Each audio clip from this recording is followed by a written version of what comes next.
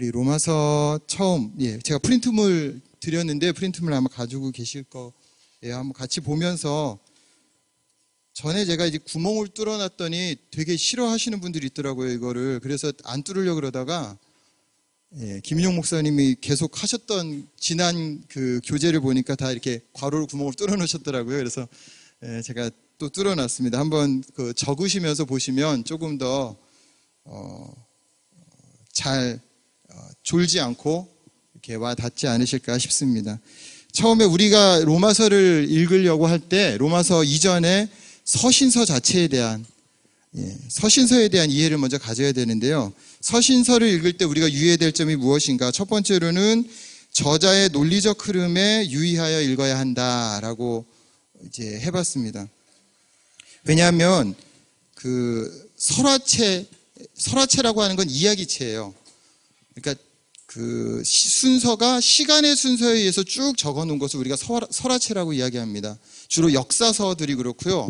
또 복음서도 그런 어떤 시간 순서대로 적어놓는 그런 경향이 있습니다. 복음서는 꼭 시간 순서대로 적은 건 아니에요. 모세오경도 꼭 시간 순서대로 적은 건 아닙니다. 그런데 시간 순서대로 쓰는 경향이 있어요. 그래서 복음서나 아니면 이제 역사서 같은 것, 그렇죠. 사도행전이나 아니면 역대상하, 열왕기상하 이런 역사서 같은 것들은 시간의 흐름대로 썼기 때문에 그 흐름 자체가 문맥을 시간의 전개가 문맥을 결정을 하면서 진행합니다. 그래서 논리적 흐름을 굳이 내가 애써 따라가지 않더라도 쉽게 따라갈 수 있어요. 그런데 서신서는 강화체라고 우리가 부릅니다. 강화체는 그 순서 자체를 논리적 흐름에 따라서 썼기 때문에 논리적 흐름을 놓치고 읽으면 제대로 읽어낼 수가 없다는 것이죠. 그래서 전체적인 문맥이 어떤 문맥으로 지금 흘러가고 있는지, 그 문맥 속에서 지금 내가 읽고 있는 이 구절은 무슨 말을 하려고 하는지, 이런 것을 살펴가면서 읽어야 됩니다. 그것을 우리가 이제 글의 맥락이라고 할 수 있는데, 주로 텍스트라 그러죠. 이렇게 보통 그 해석학이나 문학 같은 거 하는 쪽에서는 텍스트라는 표현을 씁니다. 글 자체라는 표현으로. 그래서 글 자체의 논리적 흐름이 어떻게 되는가라는 것을 이제 봐야 된다는 것입니다. 두 번째로 우리가 봐야 될 것은 편지 형식이기 때문에 갖게 되는 청자의 입장에서 읽어야 하는 관점입니다. 그렇죠. 과연 이 편지를 읽는 사람들은 어떤 관점에서 지금 읽고 있을까? 어떤 관점에서 이것을 생각하고 있을까? 그래서 논리적 구조를 가지고는 있지만 논문은 아니에요. 불특정 다수를 향해서 쓴 게 아니라 그것을 읽을 누군가가 있고 그 읽을 누군가의 상황적인 맥락이 있다는 것입니다. 그 맥락을 우리가 기억하면서 읽어야 됩니다. 논리적 구조를 가지고 있지만 편지고요. 로마 교회라는 독특한 입장이 있습니다. 이걸 우리는 컨텍스트라 그러죠. 그걸 상황적 맥락이라고 얘기할 수 있습니다. 그래서 글의 맥락도 우리가 알아야 되지만 이 글이 어떤 상황에서 전달됐는지에 대한 상황적 맥락도 함께 보면서 읽을 수 있어야 됩니다. 이건 로마서뿐만 아니라 서신서는 다 이런 관점을 가지고 읽어야 합니다. 세 번째로는 편지이기 때문에 저자의 심정을 느낄 수 있어야 됩니다. 바울이 현재 지금 어떤 상황 가운데 있는지, 그렇죠? 그런 것을 알 수 있으면 더 좋죠. 로마서는 바울이 감옥에서 쓴 걸까요? 아닐까요? 아니죠. 이건 일반 서신입니다. 감옥에서 쓴 것이 아니라 밖에 있을 때 쓴 거고요. 뒤쪽 에베소서부터가 이제 감옥에서 쓴 옥중 서신이라고 할 수 있습니다. 이 편지를 쓰면서 바울은 무엇을 원하고 있는지, 이 편지를 읽는 사람들이 무엇을 알았으면 좋겠는지, 그런 부분들이 있고요. 저자가 전달하려는 것은 이거를 좀 키우면서 잘려버렸네요. 전달하려는 것은 논리만이 아니라 감정도 포함됩니다. 그래서 저희는 이제 서신서를 읽으면서 강화체이기 때문에 논리적인 맥락도 따라가면서 읽어야 되지만 그 논리적인 맥락 뒤에 숨어 있는 비논리성, 그렇죠? 감탄사 같은 것도 막 나오고요. 그 뒤에 숨어 있는 묘한 느낌들도 나옵니다. 그런 것들도 함께 느끼면서 읽어갈 때 바울의 심정을 느끼면서 이 편지 자체를 온전히 이해할 수 있다는 것입니다. 세 가지로 서신서를 말씀드렸습니다. 논리적인 흐름이 있고요.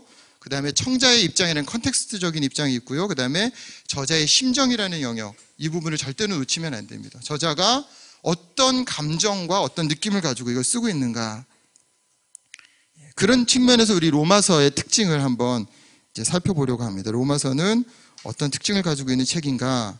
첫 번째로 로마서는 가장 중요한 서신으로 처음부터 인식돼 왔어요. 신약 성경이 순서대로 이제 정리가 될 때 정경으로 전체적으로 하나로 신약 성경이 모이게 된 거는 한참 뒤거든요. 390년이 넘는 상황입니다. 397년경에 이제 정경화가 되는데, 정경으로 이 신약 성경이 다 모이면서 복음서 뒤에, 사도행전 뒤에 바로 로마서를 넣고 있어요. 그만큼 로마서가 이제 중요하다라는 것을, 그때 이 로마서, 이 성경 전체를 성경 전체를 이제 정격으로 모을 때 이것이 중요한 서신이다, 중요한 내용을 담고 있다는 것을 인식하고 있었다는 것이죠. 왜냐하면 이 저장 연대 순서로는 로마서가 가장 처음에 올 수가 없어요. 데살로니가 전후서가 가장 처음에 온 것으로 이제 보이고요. 그다음에 갈라디아서는 뭐 설이 분분하니까 갈라디아서가 언제쯤 쓰였을지는 이제 두 가지 설이 있습니다. 앞에 쓰여질 수도 있고 더 뒤에도 쓰여질 수도 있지만 일단은 갈라디아서가 먼저 쓰여진 걸로 보이고요. 로마서보다는. 그런데 고린도 전후서가 그 전에 쓰여진 것으로 보입니다. 데살로니가 전후서, 갈라디아서, 고린도 전후서에 이어서 바울이 쓴 서신이 로마서인데, 로마서가 서신서 중에 가장 앞에 와 있다는 것, 그것은 중요한 서신이라는 것을 인식하고 있었다는 것이죠. 이거 아까 간사님이 만져주시면서 해가지고 좀 잘렸어요. 그렇죠? 제가 그냥 이제 불러드리면서 우리 쓰여진 글 안에 들어있으니까요. 그거 보시면서 보면 되겠습니다. 다른 편지들보다 더 형식적이면서 덜 개인적인 편지다. 로마서는 다른 편지들보다 형식적인 그런 느낌이 더 많이 나고요. 그래서 논문 형식을 따르고 있다라는 말들을 합니다. 논리성이 굉장히 강하고요. 그다음에 전후 맥락에 의해서 잘 파악해야 되는 부분들이 개인적인 편지를 쓰는 것보다 더 강하게 나타납니다. 그래서 덜 개인적인, 바울이 쓴 다른 어떤 편지보다도 덜 개인적인 느낌이 나는 그런 편지가 서신서라고, 바울의 로마서라고 할 수 있습니다. 왜 그렇게 됐는가? 우리가 이따가 저자인 바울과 그다음에 로마 교회와의 관계를 통해서 한 번 더 이야기를 해볼 수는 있는데요. 간단하게 말씀드리면 이따가도 나오겠지만 바울은 로마 교회를 본인이 세우지 않았어요. 바울이 주로 이제 편지를 보낼 때는 자기가 세운 교회, 자기가 개척한 교회에다 편지를 많이 보냈는데 로마서는 바울이 개척한 교회가 아니었습니다. 그래서 그 관계가 더 멀리 떨어져 있을 수 있죠. 그래서 개인적인 느낌이 덜 나는 그런 편지라고 볼 수 있습니다. 또 로마의 위치적 특징이라는 것은 로마가 수도죠. 이 로마 전체 이 제국의 수도가 로마시입니다. 그렇죠? 그렇기 때문에 그 로마시, 그 황제가 있는 로마시의 위치적 특징이 있고 그것이 더 객관적인 느낌의 편지를 쓰도록 한 것이 아닌가라는 추측을 해볼 수 있습니다. 로마서의 역사적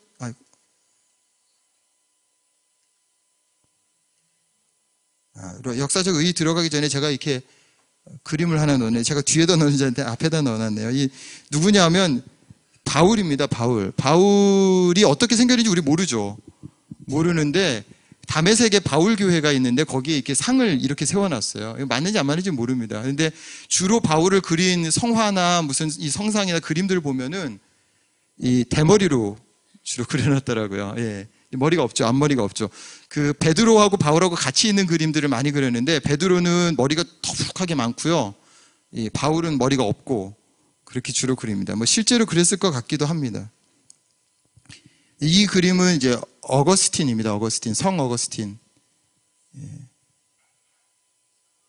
성 어거스틴을 제가 적은 이유는 거기 로마서의 역사적 의의하면서 어거스틴과 루터와 칼빈과 웨슬리 등에게 영향을 줬다라는 얘기는요, 모든 교회사 안에 영향을 줬다는 거죠. 교회사 안에 가장 중요한 영향을 주었던 것이 로마서다라고 그렇게 말할 수 있기 때문에 그렇습니다. 제가 여기 그래서 그림을 하나 넣어봤습니다. 루터는 좀 고약하게 생기지 않았어요? 예, 루터의 초상화를 이렇게 그려놨고요. 이제 칼빈의 초상화입니다. 아주 날카롭게 생겼죠. 예, 콧날이 거의 뭐 칼날처럼 생겼습니다. 베일 것 같아요. 예.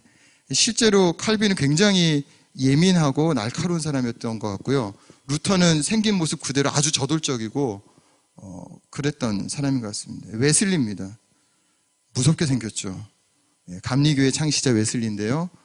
웨슬리, 우리 찬송가에 보면 웨슬리가 지은 찬송곡들이 참 많아요. 근데 굉장히 은혜롭습니다. 그래서 감리교가 뭐 알미니안이다 뭐다 뭐 우리가 그런 얘기를 이제 나중에 혹시 필요하면 할 수도 있지만, 그런 얘기보다 더 중요한 거는 웨슬리는 굉장히 복음주의적이었고 은혜 중심적이었고 말씀 중심적인 사람이었다는 것이죠. 이런 분들에게 지대한 영향을 미쳤던 것이 로마서라고 할 수 있습니다.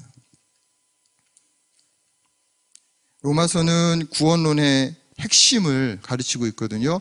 이제 구원론이라고 그러면 저희가 이제 신학적으로 우리가 알고 있는 진리를 정리를 해놓은 구분들이 있어요. 신론 그러면 하나님에 대한 부분, 기독론 그러면 예수 그리스도에 대한 부분, 인간론 그러면 우리 인간이 어떻게 해야 되는가에 대한 부분, 교회론 그러면 교회와 관련된 부분, 종말론 그러면 또 말세에 대한 부분, 뭐 이런 것들을 정리해 놓은 부분이 있는데, 그 중에 한 분야가 구원론입니다. 우리가 어떻게 구원을 받을 수 있을 것인가, 우리의 구원은 어디서부터 오는 것이며 어떻게 우리는 구원을 확신할 수 있는 것인가 라는 부분들을 고민할 때, 그때 로마서는 아주 중요한 답을 전해준다고 할 수 있습니다. 거기 로마서 13장 13절부터 14절은요 어거스틴의 회심을 불러왔던 구절입니다. 혹시 한번 여러분들 성경 가지고 계시면 한번 찾아보시겠어요? 로마서 13장 13절 14절 제가 같이 한번 제가 읽어볼게요. 안 가져오신 분들도 있을 테니까. 이따가 우리 로마서 한번 쭉 훑어볼 거거든요. 그러니까 성경을 가지고 계시면 좋습니다. 낮에와 같이 단정히 행하고 방탕하거나 술 취하지 말며 음란하거나 호색하지 말며 다투거나 시기하지 말고 오직 주 예수 그리스도로 옷 입고 정욕을 위하여 육신의 일을 도모하지 말라. 우리에게 있어서 굉장히 평범한 것 같고 너무 당연한 것 같은 구절인데, 어거스틴이 회심하게 만든 구절이었어요. 마니교에 빠져있던 어거스틴이, 어머니 모니카의 그 끊임없는 기도에도 불구하고 변하지 않았던 어거스틴이 옆집에서 어떤 애가 노래를 부르는 거예요. 들어서 읽어라 이런 그 당시에 유행하던 어떤 노래를 부르고 있었던, 가요 같은 건가 봐요. 민요 같은 건가 봐요. 그 소리를 듣고 성경을 들어서 읽게 됩니다. 그리고 그 읽었던 구절이 이 구절이에요. 그리고 이 구절 안에서 거꾸러집니다. 예수 그리스도를 영접하고 그리스도인이 되죠. 그것이 로마서입니다. 루터의 회심도 마찬가지예요. 루터가 로마서 1장 17절 1장 17절 한번 볼까요? 1장 17절에 무슨 내용이 있는지요? 복음에는 하나님의 의가 나타나서 믿음으로 믿음에 이르게 하나니 기록된 바 오직 의인은 믿음으로 말미암아 살리라 함과 같으니라. 루터의 회심도 이 로마서 안에서 이루어집니다.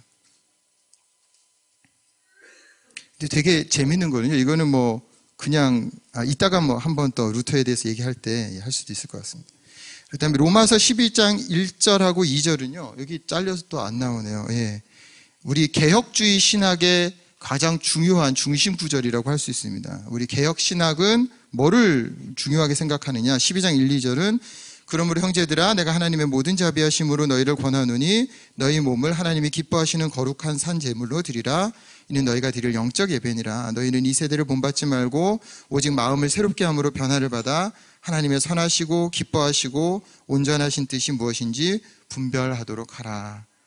이 구절은 또 우리 개혁신학이 갖고 있는 중요한 부분으로 다루고 있는 구절입니다. 이렇게 로마서는 역사적으로 중요한 분들의 회심을, 또 중요한 어떤 사상을 만들어내는데 한 구절 한 구절이 쓰이고 있습니다. 아마 로마서 큐티하면서 여러분들 보시면 많이 들어봤던 구절들이 이 안에 곳곳에 박혀 있는 것을 보실 수 있을 겁니다.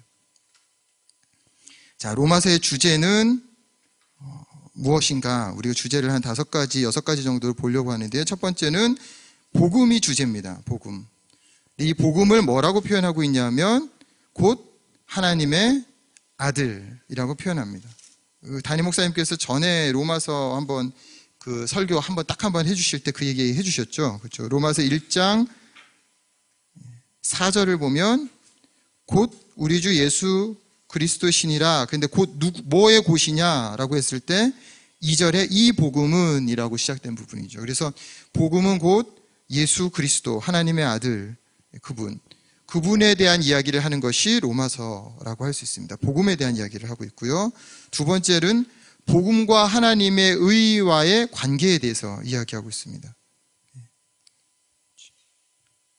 예수 그리스도가 복음이신데, 그러면 그 예수 그리스도와 하나님의 의, 내가 그 하나님의 의로 의롭게 되는 것하고는 무슨 관계가 있는가, 어떤 연관성이 있는가를 밝혀줄 수 있는 것이 로마서라고 할 수 있습니다. 세 번째로 볼 수 있는 건 우리 잘 아는 이신칭의라고 하죠. 한자로 적어놔서 그런데 믿음으로 의롭다 칭함을 받는다, 이런 얘기죠. 뭐뭐로써 하는 이자하고 믿음을 얘기하는 신자하고요. 칭하다, 그렇죠. 부르다, 그런 뜻이고요. 의롭다고 부른다. 믿음 때문에 의롭다고 부르는 것, 그것을 말하고 있는 것이 로마서의 또한 주제입니다. 그 다음에 우리가 얘기해 볼 수 있는 게 법정적 칭의라는 부분인데요. 믿음으로 말미암아 의롭게 된다는 게 뭐를 의미하는가라고 했을 때, 그것은 법적인 관계에서의 의로움을 의미한다. 그래서 법정적 칭의라는 표현을 쓸 수 있습니다. 이따가 또 한번 살펴보도록 하겠습니다. 그 다음에 이거 간사님 조금 오셔서 줄여주시겠어요? 이게 뒤에가 없으니까 안 되겠네요. 그 다음에 선택과 견인이라고 할 수 있습니다. 마지막에 있는 건 제가 선택과 견인이라고 했는데요. 하나님께서 무조건적으로 우리를 선택해 주시고, 그리고 그 무조건적인 선택에 따라서 우리를 하나님의 자녀로 이끌어주고 계신다. 끝까지 이끌어주고 계신다.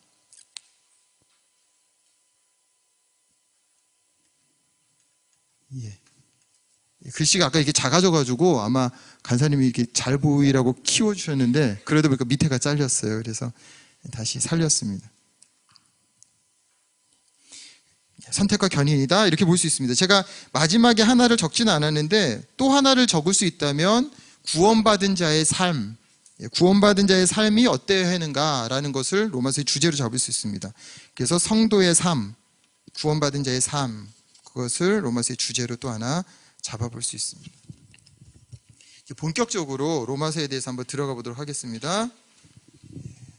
저자와 배경, 바울이 이걸 쓸 당시가 언제였는가라고 볼 때, 바울의 3차 전도 여행이 끝나갈 무렵이에요. 그것을 우리가 57년 초경이다, 아니면 56년 말경이다, 이렇게 보통 이야기들 하는데요. 조금 이따가 요거 한번 먼저 보고 오죠. 예. 이 지도가 있어요. 이게 지금 바울의 3차 전도 여행 지도거든요. 3차 전도인데, 이쪽에 이제 안디옥이 있고요. 여기 안디옥이 있고, 안디옥에서 출발을 해가지고 북쪽 지방으로 다녔다는 게 이제 이쪽으로 왔습니다. 그리고 여기 에베소에 이르렀었고요. 에베소에서 자기가 2차 전도여행 때 갔었던 아가야 지방으로 이렇게 마게도니아하고 아가야 지방으로 가서 여기 고린도에 머물고 있습니다. 그랬다가 다시 이렇게 돌아와가지고 여기 에베소에서 장로들을 모아가지고 마지막 고별 설교를 하죠. 이 고별 설교를 할 때 이제 예루살렘으로 돌아가면 죽는다, 가지 마라, 이제 잡힌다, 그런 이야기를 들으면서도 자기는 뭐 조금도 두렵지 않다, 그러고서 가죠. 가서 실제로 예루살렘에 가서 잡힙니다. 잡혀가지고 뭐 여러 가지 여러분들이 아시는 것처럼 바울이 결국은 시저에게, 가이사에게 호소를 하죠. 자기가 로마 시민이기 때문에 가이사에게 호소할 수 있는 권한이 있으니까 가이사에게 호소하니까 이 호송을 해서 배가 출발을 하죠. 배가 여기 머물 때 바울이 가지 말라라고 얘기하는데 출발을 합니다. 출항을 합니다. 여기서 유라굴로를 만나가지고 막 죽을 고생을 하다가 여기 섬에 들어갔다가 이 섬에서 다시 올라와서 로마로 올라갑니다. 그것이 이제 이 3차 전도 여행과 그 다음에 로마로 들어가게 된 경위죠. 그러면 바울이 지금 로마에 있는 교인들에게 이 로마서를 쓸 당시는 로마를 가기 전이었어요. 그렇죠? 로마에 들어가기 전이었습니다. 아까 이제 아까 살펴보려고 하는 게 이 부분입니다. 3차 전도여행이 끝나갈 무렵인 것으로 추정을 하는 거죠. 정확하게 알 수 없어요. 근데 그 추정이 어디서 나왔냐면 고린도에 있는 가이오의 집에 머물면서 썼을 것이다 라고 생각을 하는 겁니다. 왜냐하면 로마서 16장에 있는 바울의 이 표현 때문에 그래요. 우리 로마서 16장을 한번 잠깐 펴볼까요? 로마서 16장 1절 2절을 제가 한번 볼게요. 내가 갱그레아 교회의 일꾼으로 있는 우리 자매 베베를 너희에게 추천하노니 너희는 주 안에서 성도들이 합당한 예절로 그를 영접하고 무엇이든지 그에게 소용되는 바를 도와줄지니 이는 그가 여러 사람과 나의 보호자가 되었습니다. 이게 뭘 얘기하는 거냐면 베베는 여자 이름입니다. 베베라는 여집사가 지금 일꾼으로 있는데, 일꾼이라는 건 그 집사를 의미하는 단어거든요. 그래서 베베라는 여집사가 지금 어디로 가냐면 로마로 갈 거예요. 로마로 갈 테니까 너희가 잘 영접을 해달라라는 얘기죠. 그래서 우리가 이제 유추하기로는 아마 이 로마서 편지를 들고 로마로 갈 사람이 베베가 아닌가라고 추측을 하는 겁니다. 그러면 여기 지금 갱그레아 교회, 갱그레가 어디 있냐? 여기가 고린도고요. 고린도 바로 옆에 갱그레아가 있어요. 말하자면 서울 옆에 성남이 있듯이 고린도 옆에 갱그레아가 있습니다. 여기가 지금 붙어 있는 것으로 볼 수 있어요. 그렇기 때문에 그 다음에 또 16장 23절을 보면, 23절을 한번 볼게요. 나와 온 교회를 돌보아주는 가이오도 너희에게 문안하고, 이성에 이렇게 나오죠. 지금 바울이 머물면서 바울을 돌보아주고 있는 누군가가 있어요. 그 누군가를 누구라고 얘기하면 가이오라고 얘기해요. 가이오. 이 가이오가 누구냐라고 했을 때 고린도전서 1장 14절을 잠깐 보면, 고린도전서가 거기 바로 옆에 있거든요. 그렇죠. 성경을 보면 바로 옆에 있으니까 1장 14절을 한번 볼까요? 이제 바울이 나는 세례 안 줬다. 고린도 교회 너희들에게 내가 세례를 주지 않았다는 얘기를 강조하면서 뭐라고 얘기하냐면 나는 그리스보와 가이오 외에는 너희 중 아무에게도 내가 세례를 베풀지 아니한 것을 감사하느니 하면서 가이오가 언급이 됩니다. 그러니까 가이오는 어디 있었던 사람이냐면 고린도에 있었던 사람이에요. 이게 이제 동일인이라고 우리가 추정을 한다면, 아닐 수도 있어요. 정확하게는 알 수 없지만 학자들은 이 안에서 이제 동일인이라고 추정을 하는 거죠. 추정을 하면서 본다면 지금 바울은 어디서 이걸 쓰고 있냐면 고린도에서 쓰고 있다는 거죠. 자, 그러면 바울이 로마로, 아까 제가 지도를 보여드렸잖아요. 이 지도에서 어떻게 됐냐면 여기서 바로 이쪽으로 와서 에베소에서 장로들하고 얘기하고 이렇게 해서 예루살렘까지 갔다가 잡혀가지고 호송이 돼서 로마로 바로 갑니다. 그럼 로마로 가기 전에 바울이 고린도에 있었던 때가 언제냐, 그리고 언제 이걸 쓸만한 그 시간적인 여유가 있었느냐, 그것을 말해주는 게 사도행전 20장에 있다고 이제 봅니다. 우리 사도행전 20장 한번 볼까요? 사도행전 20장 2절 3절에 어떤 표현이 나오냐면요, 바울이 3차 전도여행을 마지막으로 마치는 순간입니다. 그 마치는 순간에 그 지방으로 다녀가며 여러 말로 제자들에게 권하고 헬라에 이르렀어요. 이게 한번 잠깐 볼게요. 지도를요. 여기가 마게도냐는 여기가 마게도냐입니다. 그리고 여기는 아가야라고 부르는데 여기가 헬라예요. 에게, 아가야, 그렇죠? 이쪽이 헬라입니다. 그리고 여기가 마게도냐고요. 여기 이쪽이 아시아고요. 우리가 갈라디아라고 부르는 그 갈라디아는 이쪽인데, 요 북갈라디아가 있고 남쪽 갈라디아가 있거든요. 이제 그렇게 뭐 볼 수 있습니다. 갈라디아가 있고요. 근데 여기 지금 바울이 뭐라고 표현하냐면 소요가 그침에, 어디서 소요가 그쳤냐면 여기 빌립보에서 소요가 그친 거예요. 소요가 그쳐서 아니죠. 에베소죠. 에베소에서 소요가 그쳤죠. 에베소에서 막 난리가 나가지고 에베소에서 소요가 그친 다음에 바울이 어디로 가냐면 마게도냐로 가요. 그렇죠. 마게도냐로 가요. 그리고 그 지방으로 다녀가며 제자들에게 권해요. 하고서 그 다음에 어디로 가냐면 헬라에 이르릅니다. 헬라 어디로 갔을까는 잘 모르겠어요. 그런데 3절에 보니까 헬라에 이르러라고 해놓고 거기 석 달 동안 있다가 배 타고 수리아로 가고자 할 그때에 유대인들이 자기를 해하려고 공모함으로 마게도냐를 거쳐 돌아가기로 작정하니. 자, 여기서 배를 타고 가려고 그랬는데 여기 뭔가 음모가 있다는 걸 알고 배를 안 타고 다시 마게도냐를 거쳐서 돌아가게 됐다는 거죠. 그래서 바울이 지금 헬라에 여기에 얼마나 머물렀냐면 3개월 동안 머물렀대요. 이 3개월 동안 로마서를 쓴 것으로 추정을 하는 거죠. 그 쓸만한 시간이 충분했고요. 그리고 쓰고 나서 베베에게 전달을 해서 로마로 전달을 해달라고 요청을 하는 것을 볼 수 있습니다. 우리가 이제 뒤에 로마서 저 뒤에 보면 자기가 로마로 가지 않고 지금 예루살렘으로 가야 된다. 왜냐하면 자기가 연보받은 것이 있어서 그렇다라는 표현이 나옵니다. 조금 이따가 다시 한번 살펴볼게요. 그래서 고린도에 있는 가이오의 집에 머물면서 아마 썼을 것이다. 전체적인 배경은 지금 이제 이렇다는 거죠. 그리고 로마에 있는 교회에게 바울은 이때까지 로마에 한 번도 가본 적이 없어요. 그렇다면 로마 교회는 어떻게 생긴 것일까? 바울이 한 번도 가본 적이 없는 로마의 교회는 어떻게 생성이 된 것일까? 사람들은 베드로가 로마에 있었다라는 표현을 쓰지만 바울이 로마서를 쓸 때 베드로에 대한 언급을 한마디도 하지 않습니다.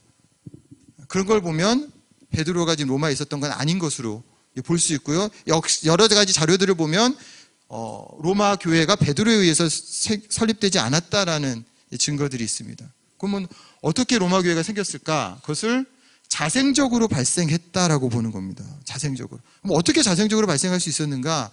예루살렘으로 왔던 사람들이, 예루살렘에 그 6월절에 왔던 사람들이 베드로의 설교를 듣죠. 그 전에 이제 성령이 임하셔서 방언으로 막 방언하는 걸, 우리 난곳 방언으로 얘기하는 게 무슨 일이냐라고 할 때 베드로가 설교를 하고 그 베드로의 설교를 듣고서는 수많은 사람들이 회심을 합니다. 그리고 그 회심한 사람들이 예루살렘에 머물러 있는 게 아니라 자기 집으로 돌아갔겠죠.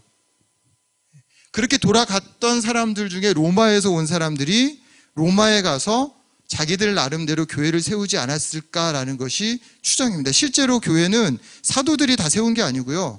일반 평신도라는 표현을 쓰는 것 자체가 이상하죠. 그렇죠? 일반 사람들이, 꼭 사도가 아닌 사람들이 다니면서 교회를 세웠어요. 그때 예루살렘에서 엄청난 사건이었죠. 그 방언 사건은.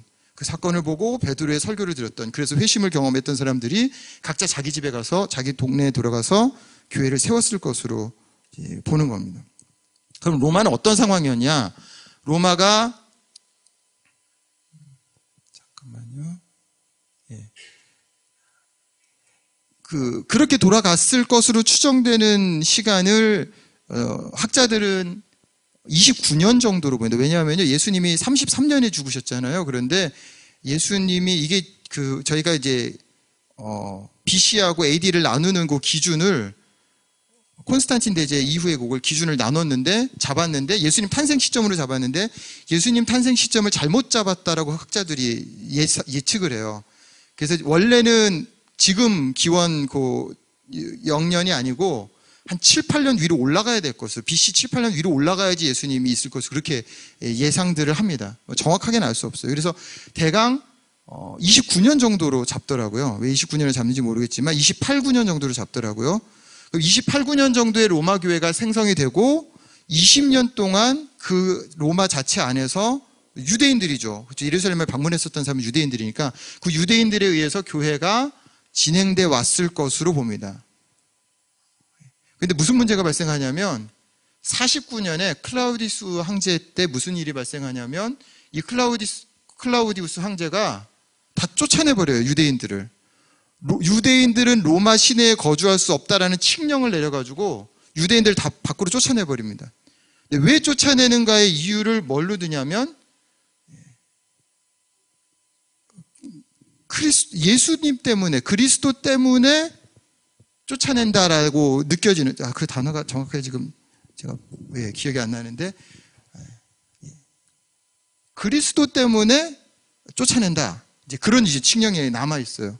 왜 그리스도 때문에 쫓아내냐 하면 아마 예상하기로 로마 교회가 거기서 커져가면서 유대인들하고 그리스도인들 사이에 이 싸움이 났을 것으로 예측을 하는 거죠. 그러니까 교회가 자꾸 커져가니까 그리스도를 따르는 사람들의 이 교회가 확장돼 가니까 그 안에 살고 있었던 유대인들이 핍박을 하고 가서 테러를 할 수도 있고 이런 일들이 발생하니까 로마 시내가 시끌벅적한 겁니다. 이런 시끌벅적한 일을 클라우디우스 황제가 견딜 수가 없어서 모든 유대인들을 다 쫓아내버리는 거죠. 다 밖으로 쫓아냅니다. 그때 쫓겨난 사람들이 누구였죠? 우리 성경에 알고 있는 브리스길라하고 아굴라가 쫓겨나가지고 고린도로 와 있을 때 바울을 만나게 되죠. 그때가 이제 49년에 클라우디우스 황제가 칙령으로 쫓아냈던 거예요. 근데 이 사람이 54년에 죽어요. 그리고 네로 황제가 등극을 합니다. 54년에 네로 황제가 등극을 합니다. 네로 황제가 등극을 한 이후에는 이 칙령이 별로 큰 의미를 발휘를 못해요. 그러다 보니까 한 사람, 두 사람씩 다 다시 로마로 돌아가는 거죠. 유대인들이. 그렇죠. 그래서 많은 사람들이 돌아가고요. 아마 브리스길라와 아굴라에 대한 표현이 이 로마서에 나옵니다. 로마서 끝에 안부를 전하는 표현이 나오거든요. 이 두 사람도 이 네로 황제 시절에 다시 로마로 들어갔던 것으로 이제 보입니다. 자생적으로 발생했다라는 것은 유대인들로 이루어졌었는데, 문제는 이 유대인들이 쫓겨나면서 누가 남게 되냐면 유대인이 아닌 그리스도인들. 그 당시에는 이 경건을 추구했던 사람들이 유대인들하고 관심을 많이 가져서 유대인들하고 접촉을 많이 했어요. 그렇게 접촉을 하던 와중에 유대인들 중에 그리스도를 영접한 사람들이 있고, 그 사람들의 영향에 의해서 이방인들이 그리스도를 영접하는 일들이 벌어졌습니다. 그래서 이 로마 교회 안에서도 그런 일이 벌어졌을 것으로 보이는 거죠. 근데 쫓아낼 때 누구만 쫓아냈냐면 클라우디우스 황제가 골치 아프니까 유대인들을 쫓아냈거든요. 그럼 유대인들이 아닌 그리스도인들, 유대인들이 아닌 이방인 그리스도인들은 로마에 남아있었다는 얘기죠. 그 남아있었던 시간이 한 5년 정도 됩니다. 그렇죠? 한 5, 6년 정도 돼. 5, 6년 정도는 자기들끼리 있었어요. 유대인들 없이. 그리고 그 시간이 지나고 나서 다시 유대인들이 들어오기 시작합니다. 로마로. 그게 이제 당시의 정황이었다는 것이죠. 바울은 왜 이 로마 교회를 중요하게 생각했을까? 바울이 로마서 16장에 보면 이렇게 표현을 하고 있어요. 15장이에요. 15장 23절에 이렇게 표현합니다. 이제는 이 지방에 일할 곳이 없고, 왜 일할 곳이 없다고 얘기하냐면요, 15장 20절에 보면 이렇게 표현하고 있거든요. 15장 20절에 그리스도의 이름을 부르는 곳에는 복음을 전하지 않기를 힘썼노니, 자, 이쪽 지역은 지금 복음이 많이 전해졌어요. 그러니까 바울은 복음이 안 전해진 곳에 가서 복음을 전하는 게 자기 사명으로 생각했던 사람이기 때문에, 그래서 23절에 이 지방에 일할 곳이 없다. 그래서 내가 어떻게 하냐? 여러 해 전부터 어디로 가려고 그랬냐면 스페인으로 가려고 그랬다는 거죠. 스페인으로. 스페인으로 갈 때 너희를 들러서 가려고 내가 지금 안 그래도 여러 번 그러려고 했다. 지나가는 길에 너희를 보고 그 다음에 너희에게 복음을 전하려고 하는 그런 마음이 있는 거죠. 그런데 25절에 보니까 이제는 내가 성도를 섬기는 일로 예루살렘에 가요. 그래서 바울이 예루살렘으로 들어가는 거거든요.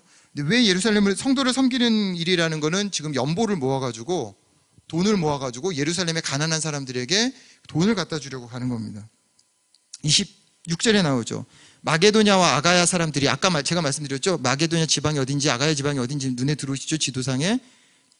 그 지역 사람들이 바울이 다니는 동안 가난한 자들을 위해서 연보를 냈어요. 돈을 냈어요.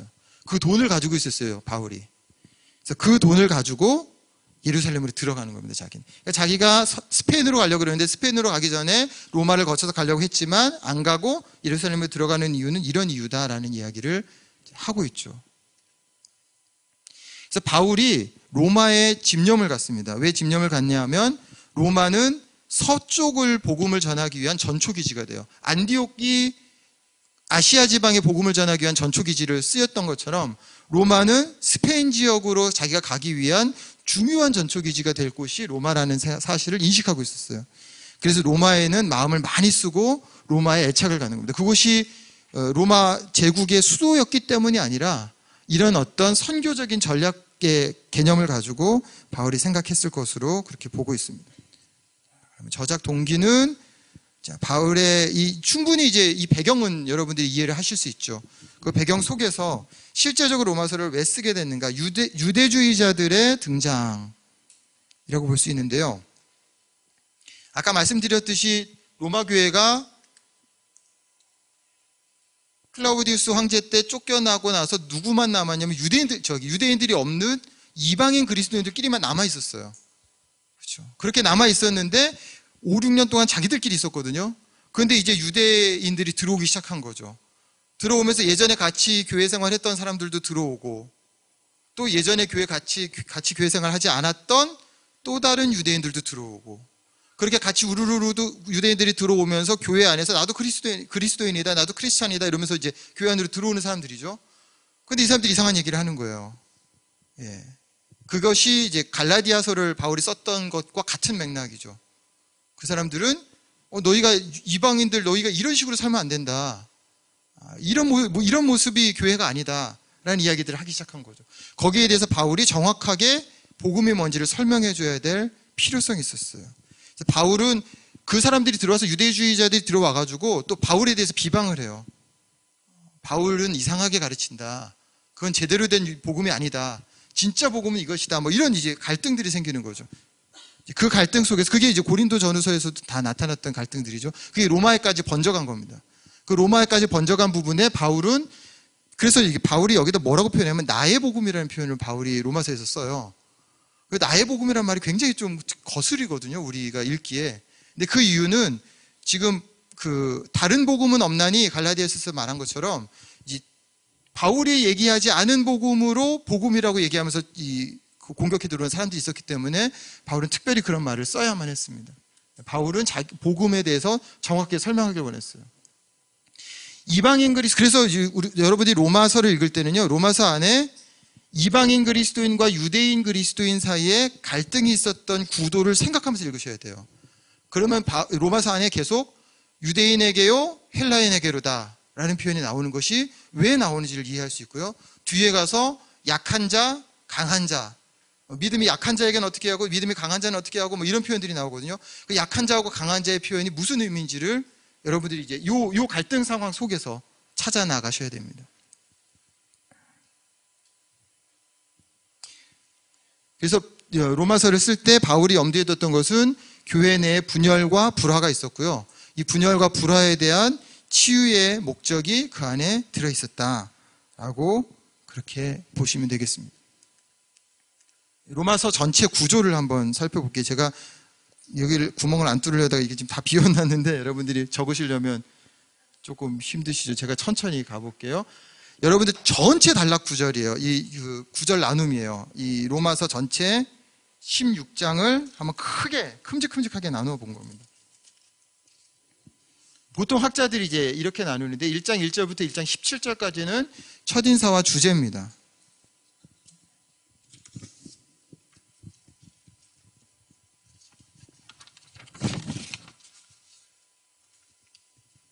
서론에 해당되는 부분이죠. 17절까지가요.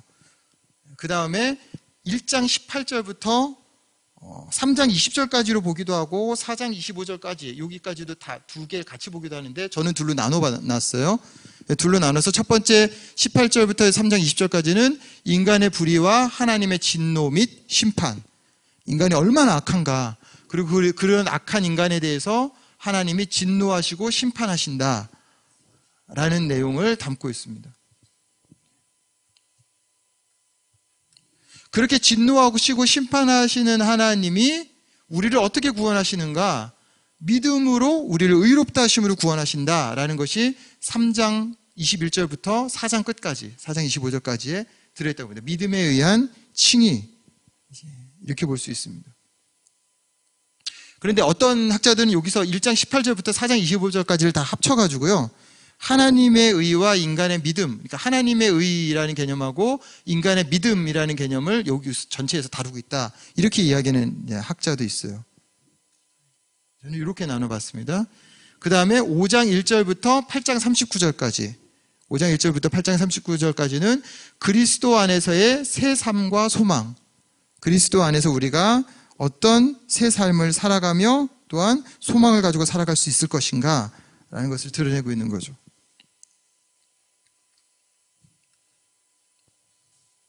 그리고 9장 1절부터 11장 36절까지 9장, 10장, 11장 3장입니다. 9장, 10장, 11장 이 3장은 굉장히 독특해요. 그래서 이스라엘 민족의 구원 문제를 다루고 있다라고 이제 봅니다. 이스라엘 민족의 구원 문제에 대한 얘기를 하고 있다라고 보는 관점도 있고요. 다른 관점은, 이 전체적인 맥락에서 관점은 구원 문제에 있어서 하나님의 주권, 하나님이 주권적으로 구원하고 계신다라는 것으로 여기다가 보기도 합니다. 둘 다 맥락이 같은데요. 그래서 여기까지 11장까지의 내용을 A파트라고 할 수 있어요. 하나님의 언약의 신실함, 하나님은 언약을 얼마나 신실하게 유지해 가고 계시는가, 그 언약의 신실함 때문에 우리가 의롭다함을 받을 수 있다라는 얘기를 이제 하고 있는 거죠. 그리고 이제 12장부터 15장 13절까지는 우리가 순종해야 될 삶에 대해서 얘기합니다. 그래서 복음의 능력, 그리스도의 순종, 그리스도인의 순종, 그리스도인의 실제적인 삶, 실제적인 순종, 뭐 이렇게 표현을 합니다. 복음의 능력은 그리스도인의 실제적인 순종의 삶을 만들어낸다. 그래서 여기서는 권면하는 말이 되게 많이 나와요. 명령하고 권면합니다. 12장 1절부터 15장 13절까지 나와요. 우리가 보통 로마서를 얘기할 때는 거의 8장 마지막에서 끝나는 것처럼 얘기하고 이 뒤에는 부록처럼 달린 것처럼 이해를 많이들 하거든요. 근데 그렇지 않습니다.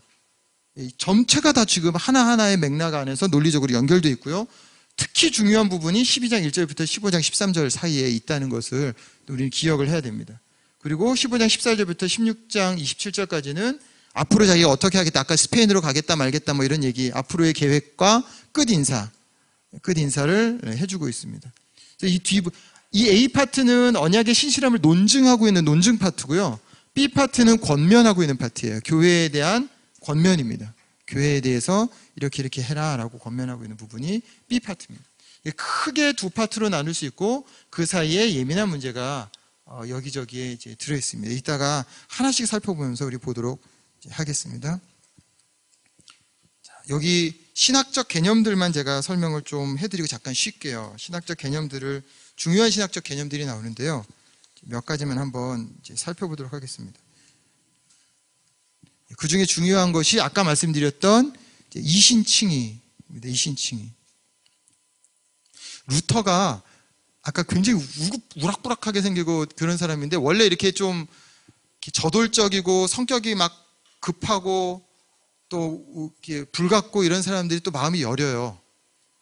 예. 그래서 이렇게 신중하고 그렇게 말 안 하고 이런 사람들은 굉장히 굳습니다. 그래서 더 완악해요. 어떤 면에서. 예. 말 안 하고 있는데 속으로는 꽉 이렇게 있거든요. 무섭죠. 더 무섭죠. 근데 밖으로 막 표출하고 막 화 버럭버럭 내고 이런 사람은 화낼 때는 되게 무서운데 사실은 허당해요. 안에 이게 없어요. 왜 제가 이 말씀드리냐면 루터가 원래는 법을 공부하려고 그랬어요. 이게 대학원이 원래는 대학원은 3개만 있었잖아요. 신학, 법학, 의학. 요거 3개만 원래 대학원이고 나머지는 대학원이 아니죠. 그래서 모든 대학들은 이제 이제 법학은 자연과학, 이제 사회과학이죠, 사회과학. 의학은 자연과학, 신학은 이제 인문과학. 이런 것들이 이게 하부에 딸려 있고 그것이 다 연구가 되면 그 위로 올라가면 이제 대학원으로 가면 요 3개만 원래는 대학원이죠. 실제로. 그래서 이제 학부 과정을 마치고 나서 대학원을 어떻게 진학할 것인가의 부분에 있어서 당시에도 그렇게 법학을 가기를 많이들 원했나 봐요. 그래서 그 루터의 아버지는 법을 공부하기를 원했습니다. 그런데 루터가 길을 가다가 학부생이었는데 자기 대학으로 집에 왔다가 돌아가는 과정에 비가 내리는데 엄청난 천둥과 번개가 막 치고 그래가지고 이 루터가 무서웠어요. 무서워가지고 나를 살려주시면 내가 수도사가 되겠습니다라고 서약을 합니다. 이 얼마나 소심한 사람인지 알겠죠. 마음이 얼마나 여린 사람인지. 그러고서 살아났어요. 이제 그 번개가 안 쳤어요. 그래서 이 사람이 수도사가 됩니다. 신학을 공부하게 된 거죠. 신학교를 가게 됐어요. 그렇게 신학교를 간 루터의 이 소심한 마음 속에 루터는 죄에 대한 고통을 계속적으로 끌어안고 있었어요. 아주 작은 죄도 용납할 수 없는 거예요. 자기 아주 작은 죄도 하나님 앞에서 그런데 그걸 용납받으려니까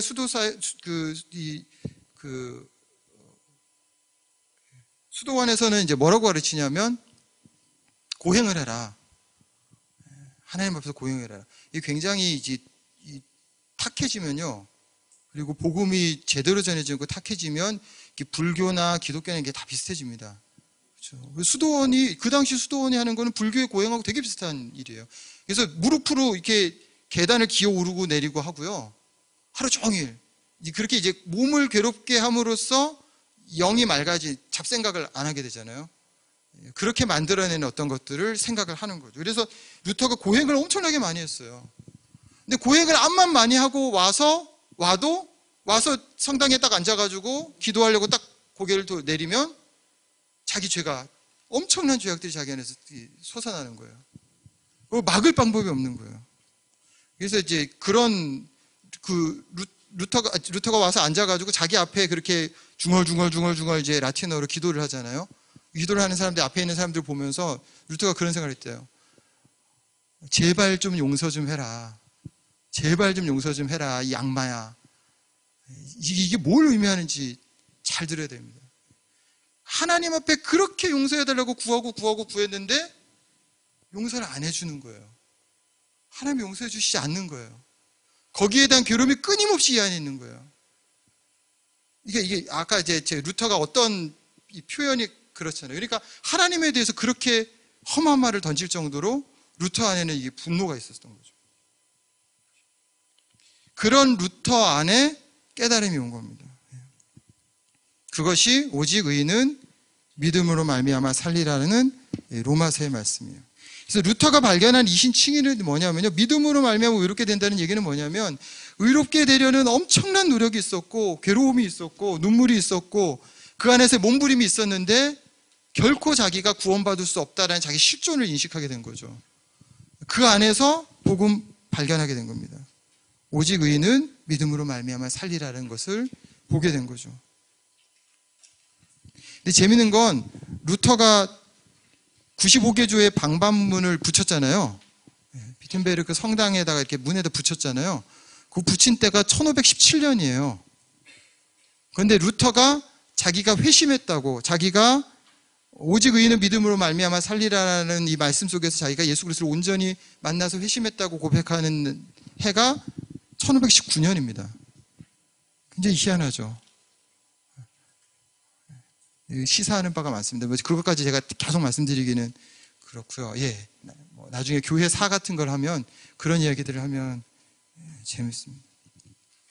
자, 이신칭의 사상은 당시 천주교의 가르침하고 완전히 다른 거였어요. 정반대였어요. 그래서 천주교에서는 이제 루터를 이단으로 규정하고 잡아 죽이려고 그러죠. 그러면 당시 천주교 가르침이 뭐였냐? 천주교의 칭의론은 뭐였냐? 자, 우리가 그 종교개혁에서 전적 타락이라는, 우리 개혁신학에서 전적 타락이라는 말을 하잖아요. 전적 타락이라고 말하면 우리는 그냥, 아이, 그렇지, 우리가 타락했지, 인간이 다 타락했지, 나는 그렇게 죄인이야, 다 타락한 죄인이야, 뭐 이렇게 생각하잖아요. 그런 개념이 아니고요. 이 전적 타락이란 건 천주교의 이 칭의관하고 대비하기 위해서 만들어낸 겁니다. 천주교는 전적으로 타락했다고 보지 않아요. 사람이 타락은 하긴 타락을 했는데, 전적으로 끝장나버린 게 아니고 남아있어요. 이 안에 남아있어요. 그걸 어떻게 가르치냐면, 타락을 했기 때문에 예수 그리스도로, 그러니까 하나님으로부터 끊어졌잖아요, 우리가. 타락을 해서 하나님으로부터 끊어진 게 무슨 의미냐?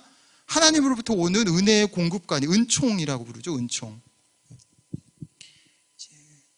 도눔이라 그래요. 이게 선물이거든요, 선물. 그러니까 선물, 하나님께로부터 그 공급되고 있는 이 선물이 우리가 범죄함으로 말미암아 끊어져 버렸어요. 그래서 나한테 공급될 수가 없어요.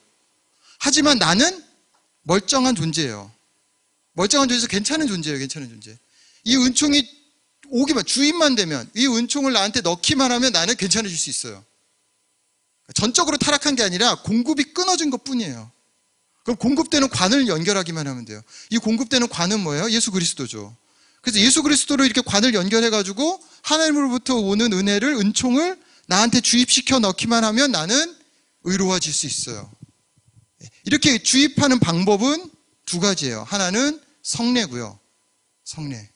다른 하나는 선행입니다. 그래서 이제 미사에 빠지면 안 되는 거죠. 미사에 나와서 떡을 먹어야 돼요. 이게 떡을 원래 천주교, 여러분들 혹시 성당에서 오신 분이 있을지 모르겠는데, 천주교는 미사를 하면 앞으로 이렇게 한 번씩 나오죠, 그렇죠? 그래서 신부님이 하나씩 떡을 입에다 넣어주죠. 직접 주지도 않아요. 입에다 직접 넣어줘요, 그렇죠? 아니, 직접 주나요, 요즘에는? 손에다 주나요? 아, 그렇군요. 떨어뜨리면 큰일 나는데. 예. 떨어뜨리면 큰일 납니다. 예. 큰일 나요. 그래서 입에다 이렇게 하나씩 직접 넣어주고 그래요. 그걸 받아 먹음으로써 나는 의로워져요. 그걸 받아 먹음으로써. 그래서 성례를 지키는 게 굉장히 중요해요. 성례 하나하나를 지키는 게. 뿐만 아니라 또 내가 의로워질 수 있는 길은 선행이에요. 하나님이 지시하시고 원하시는 다른 이웃을 사랑하고 또 이웃에게 선한 그것을 다가가는 그것을 통해서 나는 의로워질 수 있어요. 그런데 이제 내가 선행을 해야 되는데 돈 버느라고 시간이 없잖아요. 그럼 어떻게 돼요? 돈을 주면 되죠. 돈을 주면 되죠. 그래서 여러분들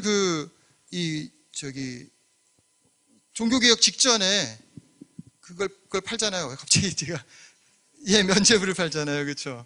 면죄부를 파는 걸 우리가 굉장히 이상하게 생각하잖아요. 무슨 이런 썩어 빠진 놈들 이런데 안 썩었어요. 그 돈을 그렇게 많이 내가지고 다른 사람을 이롭게 하고 선행을 베푸는 게 얼마나 귀한 일인데 그 귀한 일을 하면 당신이 의로워진다는 거예요. 의로워진다는 거예요. 선한 곳으로 가는 거예요. 우리가 굉장히 그거 막 썩은 것처럼 생각하지만 우리 생각 속에 한번 잘 생각해보면 우리는 그런 생각 없어요? 교회에 헌금 많이 하면 내가 굉장히 좀 하나님 앞에 더 가까워질 것 같은 뭐 이런 생각 없어요? 면죄부는 다 그 마음을 그대로 받아준 거예요. 천주교 안에서. 예. 제가 이제 드린 말씀입니다. 그래서 천주교의 칭의관은 뭐냐면 아까 이제 고행을 하는 것처럼 자기를 막 괴롭게 하고 자기를 힘들게 하고 막 이러면서 의롭게 되는 거죠. 의로워지는 거죠.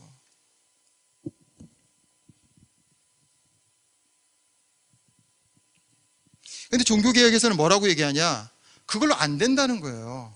그게 전적 타락입니다. 우리는 선만 끊어진 게 아니라 선만 이어서 되는 게 아니라 온 몸 자체를 개조하지 않으면 새롭게 만들지 않으면 안 된다는 거죠. 이거는 제가 자세하게 설명드리면 1시간은 설명드려야 돼가지고 설명을 자세히 못했는데 혹시 전에 저한테 교리 강의를 들으신 분은 제가 자세하게 설명을 드렸었을 거예요. 이 창세기를 어떻게 해석하느냐에 따라서 그걸 가지고서 천주교가 어떤 논리를 발전시켜서 어떻게 여기까지 오게 되는지를 여러분들이 아시면 이게 어떻게 확연히 다른지를 알 수 있습니다. 우리가 확연히 다른지를. 그래서 우리는 그런 어떤 우리의 그 종교 생활에 참여하는 것, 그렇죠? 성례에 참여하는 것, 아니면 내가 선행을 하는 것, 이런 것들로 내가 의로워질 수 없다라고 보는 거죠. 그걸 전적 타락이라고 부릅니다. 그러면 나는 어떻게 의로워지느냐? 오직 믿음으로 의로워지는 거죠. 이것이 확연한 차이를 가져오고 있어요. 자, 하나님의 의라는 개념입니다. 두 번째로는 하나님의 의라는 개념. 하나님의 의라는 개념은 내가 의롭게 되는 것이 어디로부터 오는가 라는 것으로 우리가 생각을 해볼 수 있어요. 여러분은 어떻게 하면 의로워질 것 같이 생각이 되세요? 정의란 무엇인가 뭐 이게 인기가 있고 막 그랬잖아요. 지금 절대적인 가치가 사라져가는 세상 속에서 절대적인 가치가 무엇인지를 찾으려는 노력은 훨씬 더 강해질 겁니다. 훨씬 더 강해져요. 그 강함을 그렇게 그 절대적인 가치를 찾으려는 욕구에 파고 들어온 게 이슬람이에요. 그래서 유럽하고 미국의 이슬람이 엄청나게 퍼져가잖아요. 우리나라도 쉽지 않아요. 이슬람 세력이 퍼져나갈 일이 뭐 쉽지 않습니다. 제가 20년 전에 사랑의 교회 다닐 때 옥 목사님이 설교하시면서 자기 설교하시는 그 맞은편으로 똑바로 앞으로 가면 강남대로를 건너고 그 건너면 이슬람 문화원이 거기 있다, 그 건물에 있다 그런 얘기하면서 이제 그 문화원이 생기게 된 유래 뭐 이런 걸 가지고서 설명을 그 한국 기독교가 무너지게 해달라고 그 사람들이 계속 기도하고 있다 뭐 이런 얘기를 막 하셨었는데 20년 전이거든요. 근데 지금 여러분들 굉장히 많습니다. 우리나라 안에. 그리고 이제 노동자들 그 이슬람권에 있는 노동자들이 들어오고 하면서 생기는 그래서 예전에 무슨 PD 수첩 이런 데서 다루고 그랬던 것 같아요. 그 결혼하고 이러면서 그 문화가 퍼져나가는 부분에 대해서. 제가 무슨 얘기하다가 이슬람 얘기를 했지? 예. 그 의로움이 어디서 오는가라는 거에 목말라진다는 거죠, 사람들이. 그리고 그렇게 목말라지는 만큼 절대적인 가치는 더욱더 요청된다는 거죠. 그래서 저마다 이걸 찾아요. 사람들이 찾아요. 저마다 찾아요. 그래서 여러분들 연말이면 선행하시는 분들 있잖아요. 수천만 원의 현금 다발을 어디다 갖다 놓고 자기가 안 드러나게 하려고 경찰한테 전화 와서 찾아가세요 하고 자기는 절대 드러나지 않는 안 보이는 천사들 이런 분들이 있죠. 너무 훌륭한 분들이죠. 너무 훌륭한 분들이죠. 왜 그걸 할까요? 왜 그걸 할까요? 왜 그런 일을 할까요? 여러분들의 의로움은 어디 있어요? 여러분들은 뭘로 자기의 의로움을 삼을 수 있어요? 다 인본주의입니다. 다 나한테서 왔어요. 다 나한테 나를 만족시킬 수 있는 의로움들을 다 찾아 헤매고 있어요. 교회 생활을 그런 식으로 생각하면 안 되죠. 근데 교회 생활도 그렇게 하시는 분들이 있어요. 교회 생활이 나의 의로움을 만들어내기 위한 것은 아닌가. 우리가 깊이 생각해 봐야 될 부분입니다. 자, 이런 인본주의자들보다 훨씬 나은 사람들이 있어요. 그건 유대인들이죠. 유대인들이 그게 아니라는 걸 알고 있었어요. 그래서 의로움은 자기한테서 오는 게 아니라 의로움은 어디서 오냐? 하나님으로부터 온다는 걸 알고 있었어요. 그래서 그 사람들은 하나님의 의 개념을 가지고 있었습니다. 하나님으로부터 기인하는 의. 그게 뭐라고요? 율법이라고 봤어요. 의로움은 하나님으로부터 오는데 이 하나님으로부터 오는 의로움은 뭐냐? 율법이다. 그래서 거룩함이 내가 율법을 잘 지켜서 거룩해지는 게 곧 의로워지는 것이다 라고 일치를 시키는 거죠. 이게 뭐가 틀려요? 맞는 것 같죠. 그래서 이거는 인본주의라면 이건 신본주의예요. 신본주의예요. 안식일에 아무것도 안 하는 게 왜 거룩해지는 일이에요? 하나님 명령하셨으니까. 그렇죠. 이렇게 소가 안식일에 구덩이에 빠졌는데 그걸 안 꺼내요. 왜 안 꺼내요? 하나님 명령하셨다고 그건 자기들의 유전이지만 그걸 하나님이 명령하셨다는 율법 안에서 보니까. 그러니까 그걸 그렇게 해야지만 의로워지니까. 그게 전혀 세상적인 가치, 우리 인본주의적인 가치의 의로움하고는 전혀 상관이 없어요. 그래서 신본주의예요, 신본주의. 절대적으로 하나님이 옳다라고. 이 신본주의의 관점에서 보면 이제 이슬람도 마찬가지. 이슬람이라는 말 자체가 복종이잖아요, 복종. 알라에 대한 절대 복종을 의미하죠. 그래서 그 사람들도 폭탄을 다 두르고 우리 교인들 그 차량에서 얼마나 악랄해요. 근데 본인이 그냥 다 터져 죽었어요. 본인은 자기 폭탄 다 두르고 다 터져 죽었어요. 우리가 생각할 수 있는 의로움의 가치에서는 전혀 의롭지 않죠. 근데 그들의 신본주의적인 가치에서는 의로워요. 의롭죠. 이 싸움입니다. 이 싸움. 그게 하나님의 의는 율법이다라고 보는 관점이 있어요. 로마서에서는 뭐를 이야기하느냐? 또 다른 하나님의 의가 나타났으니. 자, 유대인들이 이걸 하나님의 의라고 생각하고 있기 때문에, 그렇기 때문에 바울이 이런 표현을 씁니다. 또 다른 하나님의 의라는 표현을 써요. 3장 21절에 그렇게 씁니다. 이 의는 뭐냐? 예수 그리스도다. 예수 그리스도가 나의 의가 되는 것이다. 그래서 예수 그리스도가 나의 의가 된다는 것이 무엇인가를 이야기하고 있는 것이 로마서입니다. 인본주의적인 의도 아니고요. 율법의 의도 아니고 또 다른 하나님의 의. 우리는 그것을 로마서 안에서 발견해야 합니다. 사실은 로마서를 하나하나 앞에서부터 이렇게 막 같이 살펴가면서 보면 되게 좋은데 이제 그럴 수 있는 여건은 아니다 보니까 전체적인 지금 흐름만 말씀을 드립니다. 이제 이 개념을 가지고 여러분들이 성경을 읽으실 때 도움이 되셨으면 좋겠어요. 제가 강의할 때 잘 안 떠는데 워낙 오랜만에 강의를 해가지고 초반에 제가 엄청 떨려가지고 말이 잘 안 나왔어요. 근데 중반 이후 지나가면서 약간 지금 머리가 돌아오는 것 같아요. 그래서 말이 이렇게 나는 것 같은데 초반에는 제가 오기 직전에 막 너무 긴장을 막 하고 있다가 생각을 했던 게 재작년이군요. 김지찬 교수님 모셔서 그 강의를 데칼로그 강의를 하셨는데 제가 그분을 모시고 왔는데 그분이 떨고 계시더라고요. 강의 전에. 그래서 그럴 수 있구나라는 생각을 했었습니다. 자, 우리 세 번째 주제는 뭔가 하면 법정적 칭의와 세관점. 제가 이 부분은 말씀을 드릴까 말까 고민을 했다가 이제 넣었습니다. 세관점이라는 부분이 있고요. 간단하게만 언급을 이제 해서 갔으면 좋겠습니다. 지금까지 로마서를 보면서 이신칭의 오직 의인은 믿음으로 말미암아 살리라는 하박국 말씀을 바울이 가지고 와서 우리는 믿음으로 구원을 받는다라는 부분을 강조하고 있었던 이 모든 것에 의심의 여지가 없었어요. 그리고 그 의심의 여지가 없는 그 부분 안에서 뭐가 나왔냐면 법정적 칭의라는 개념이 나왔습니다. 법정적 칭의는 뭐냐면요. 내가 실제로 의로운 게 아니고 실제로 의로워진 게 아니고 선언이 의롭다라고 선언된 거예요. 그걸 칭의라고 그래서 부르는 거죠.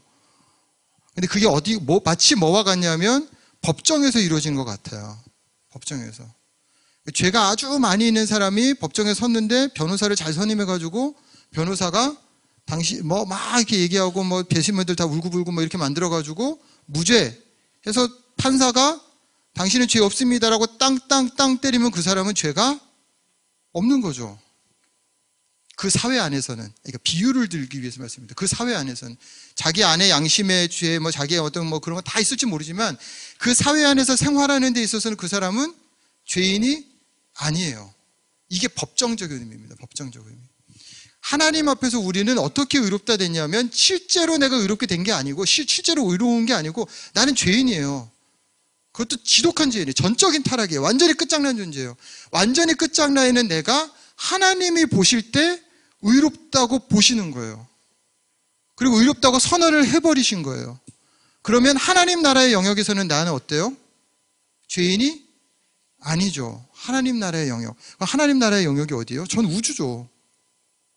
하나님이 다스리시는 영역이 어디예요? 전 우주잖아요. 그럼 나는 실제로 어떻게 됐어요? 의롭게 된 거죠. 그게 이제 실제로 의롭냐 실제로 의롭지 않냐는 이 실제가 어디에 걸려있는 실제냐라는 것의 개념이 틀려지는 겁니다. 그게 법정적 칭의예요. 법정적 칭의. 그래서 구원파가 와가지고 당신은 의인입니까? 뭐 이렇게 묻잖아요. 당신 의롭다함 받았습니까? 그러면 의롭다 하던데 뭐 그러잖아요 우리가. 그럼 언제 그렇게 의롭게 됐냐고, 언제 구원받았냐고 잘 모르겠는데 그냥 교회에서 그러겠다고 하던데, 그러니까 그럼 이제 묻는 거죠. 그래가지고 아닌가? 뭐 이런 생각을 하게 만드는 겁니다. 그래서 확 끌고 가죠. 그런 대화는 하지 마세요. 네. 지금 그 세월호 그 구원파 거기 권신찬 사위예요. 그 세 가지 계열이 있거든요. 세 가지 계열 중에 한쪽 파입니다. 권신찬 좀 약해요. 박옥수가 요즘에 강해졌죠. 이렇게 이우환, 그 권신찬, 박옥수 이렇게 세 사람이죠. 구원파. 근데 구원파는 요즘에 나타난 게 아니고요. 원래 있었던 이단이에요. 초대교회 때부터 있었던 그노시스주의자들, 그러니까 영지주의라고 우리가 부르는 그 계파 사람들입니다. 법정적 칭의는 일단 그래서 법정적 칭의는 내가 의롭다함을 받은 것은 뭐냐? 하나님의 선언에 의해서 그렇게 된 것이다 라는 것을 우리가 받아들이고 있는 거예요. 근데 이게 문제를 일으켜요. 이게 문제를 언제 일으켰냐면 칼빈주의가 성행했던 영국 안에서 칼빈주의가 너무 극단으로 가다 보니까 죄를 마구 지면서도 자기는 의롭다고 생각하는 존재들이 생겨났어요. 그렇죠. 그런 존재들 때문에 나타난 게 아까 제가 말씀드린 웨슬리입니다. 그래서 알미니안주의를 가지고 들어오죠. 알미니안주의라는 건 뭐냐면요, 알미니우스라는 사람이 말했던 건데, 그 사람은 구원은 전적으로 하나님께로부터 오는 게 아니라 전적으로 하나님께로부터 와 있지만 내가 손을 뻗어서 잡지 않으면 구원받을 수 없다라는 게, 인간의 이 선택적인 관점을 인정한 거예요. 그래서 인간의 노력이 필요하다는 거죠. 인간이 노력해서 붙들지 않으면 그 구원은 내 것이 될 수가 없다라는 관점이에요. 그게 뭐가 잘못됐는데 이렇게 얘기하시는 분이 계시면, 그분은 알미니우스적인 사고를 하시는 분이에요. 잘못된 건 아닙니다. 잘못됐죠. 그렇게 이제 그런 사고를 이제 하시는 분입니다. 그게 이제 울트라 칼비니스트, 칼빈주의를 극단으로 몰고 가는 사람들에 대한 반동으로 이제 나온 부분이거든요. 근데 칼빈은 정작 그렇게 얘기하지 않았어요. 그런데도 그렇게 가집니다. 왜냐하면 법정적 칭의라는 부분이 그런 의미로 와닿아요. 그런 의미로 생각이 돼요. 그런 의미로 생각되는 쪽을 끝까지 밀어붙인 사람들이 또 이 구원파에서 주장하는 그런 내용들입니다. 그 사람들을 위해서 자기들이 구원받았기 때문에 자기가 무슨 짓을 하든지 간에 자기는 죄가 없다라는 개념을 갖죠. 그거는 제가 영지주의가 영적으로 깨닫는 것에서 구원이 온다라고 생각하는 주의거든요. 이건 지금 설명드리 너무 뒤에 갈 길이 있으니까 그냥 그렇게만 말씀드리겠습니다. 거기에 대해서 세 관점이라는 게 나타났어요. 샌더스라는 사람이 70년대에 논문을 하나 내는데, 로마서에 대한 이해가, 종교학자들의 로마서에 대한 이해가 잘못됐다라는 부분으로 접근합니다. 그 잘못된 이유가 뭐냐면, 로마서는 유대인들이 갖고 있는 사고를 반영해서 쓰여진 건데, 당시 유대인들은 지금 우리가 생각하는 것처럼 율법을 통해서 구원받는다고 생각하지 않았다라고 주장을 하는 거예요. 이게 이제 언약적 신율주의라고 하는데요. 이게 복잡한 얘기입니다. 그것도 이제 얘기가 너무 길어지니까 간단하게 설명드리면, 예를 할례로 들면 할례를 통해서 그 나라 백성이 하나님 나라의 백성이 되는 거죠. 그렇죠?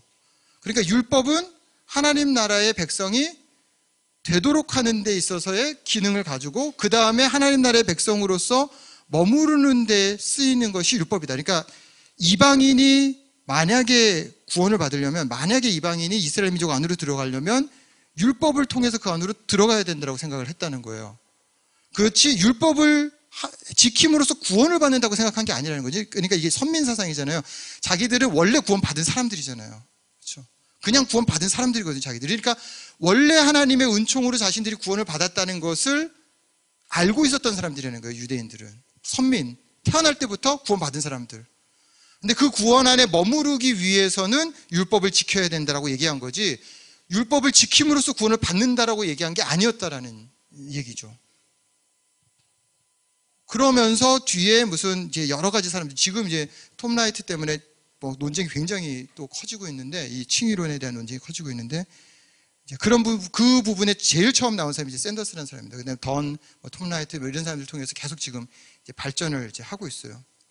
크게 잘못됐잖아요. 그러면서 이제 로마서, 우리는 지금 로마서를 보니까 로마서에 대한 얘기만 간단하게 말씀드리면, 로마서에서는 유대인과 헬라인에 대한 관점, 그 민족적인 관점, 그래서 유대인이 어떻게 구원을 받아야 되는지에 대한 민족적인 관점에서 쓰여진 거지, 개인이 구원받느냐 마느냐의 관점에서 쓰여진 게 아니다라는 주장을 이제 하는 겁니다.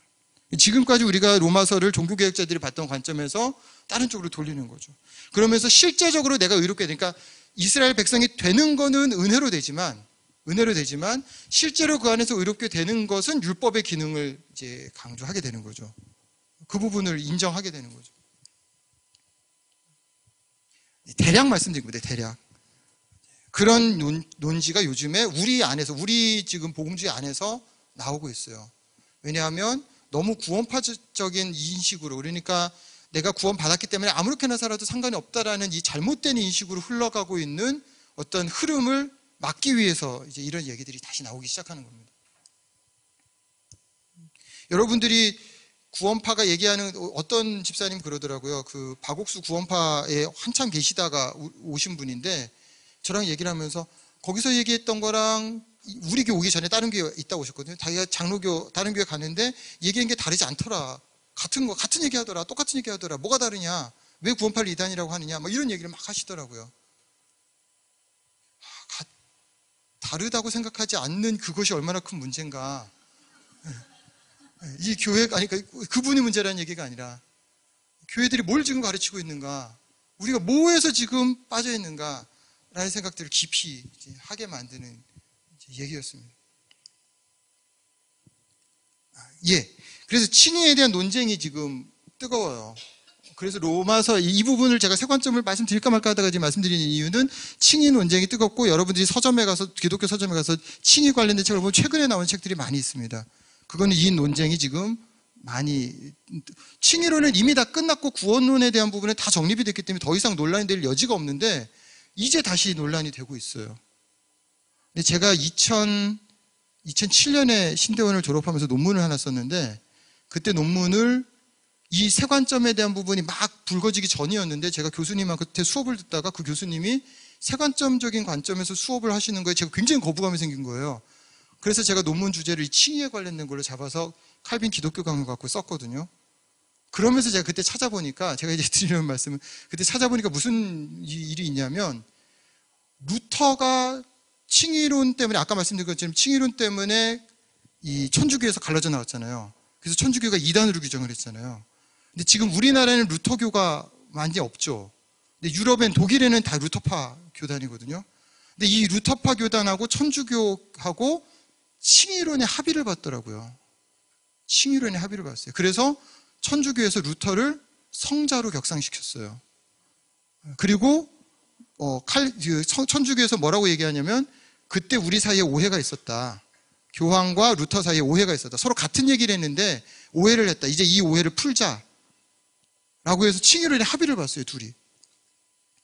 그리고 제가 놀란 게 뭐냐면, 감리교가 우리나라 여기 김홍도 목사님인가요? 여기 큰 감리교가 있어서 세계 감리교 대회를 한국에서 한 적이 있어요. 그게 아마 2002년인가 3년인가 그럴 거예요. 2000년대 초였거든요. 세계 감리교 대회는 엄청난 큰 일이거든요. 그걸 여기서 감리교 대회를 하면서 천주교의 칭의론하고 감리교의 칭의론은 근본적으로 같다라는 선언을 했어요.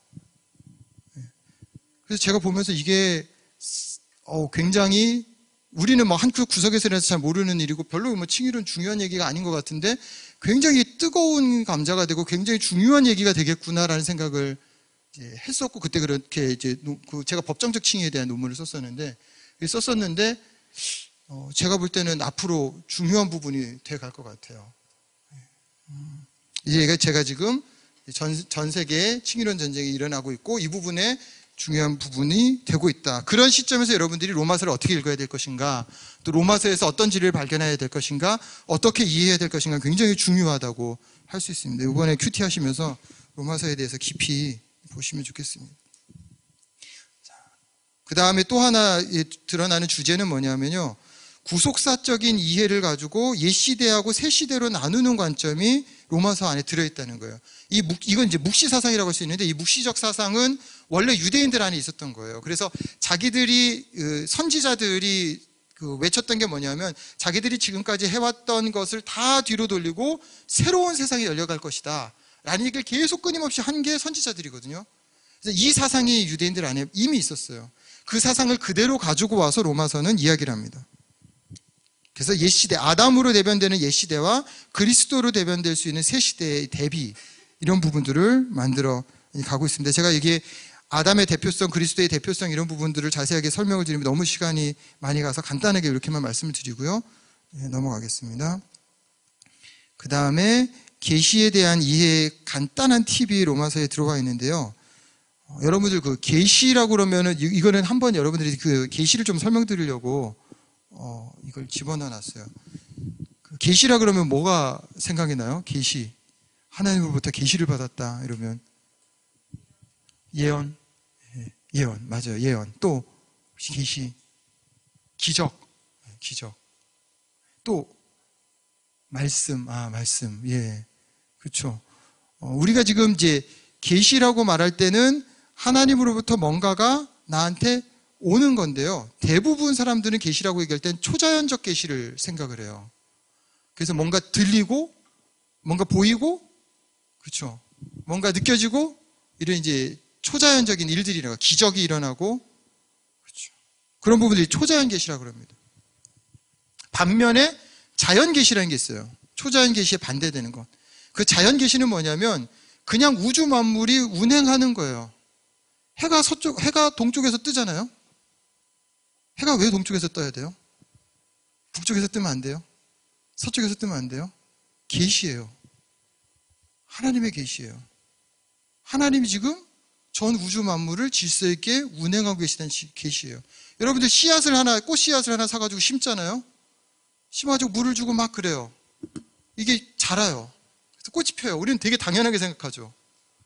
왜 그래야 되는데 걔가 뭐 이렇게 생각을 하면, 그렇죠?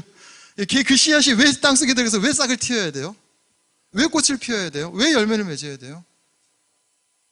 우리가 당연하다고 생각하는 자연이라는 것이 왜라는 질문을 던져놓으면 당연하지가 않아요.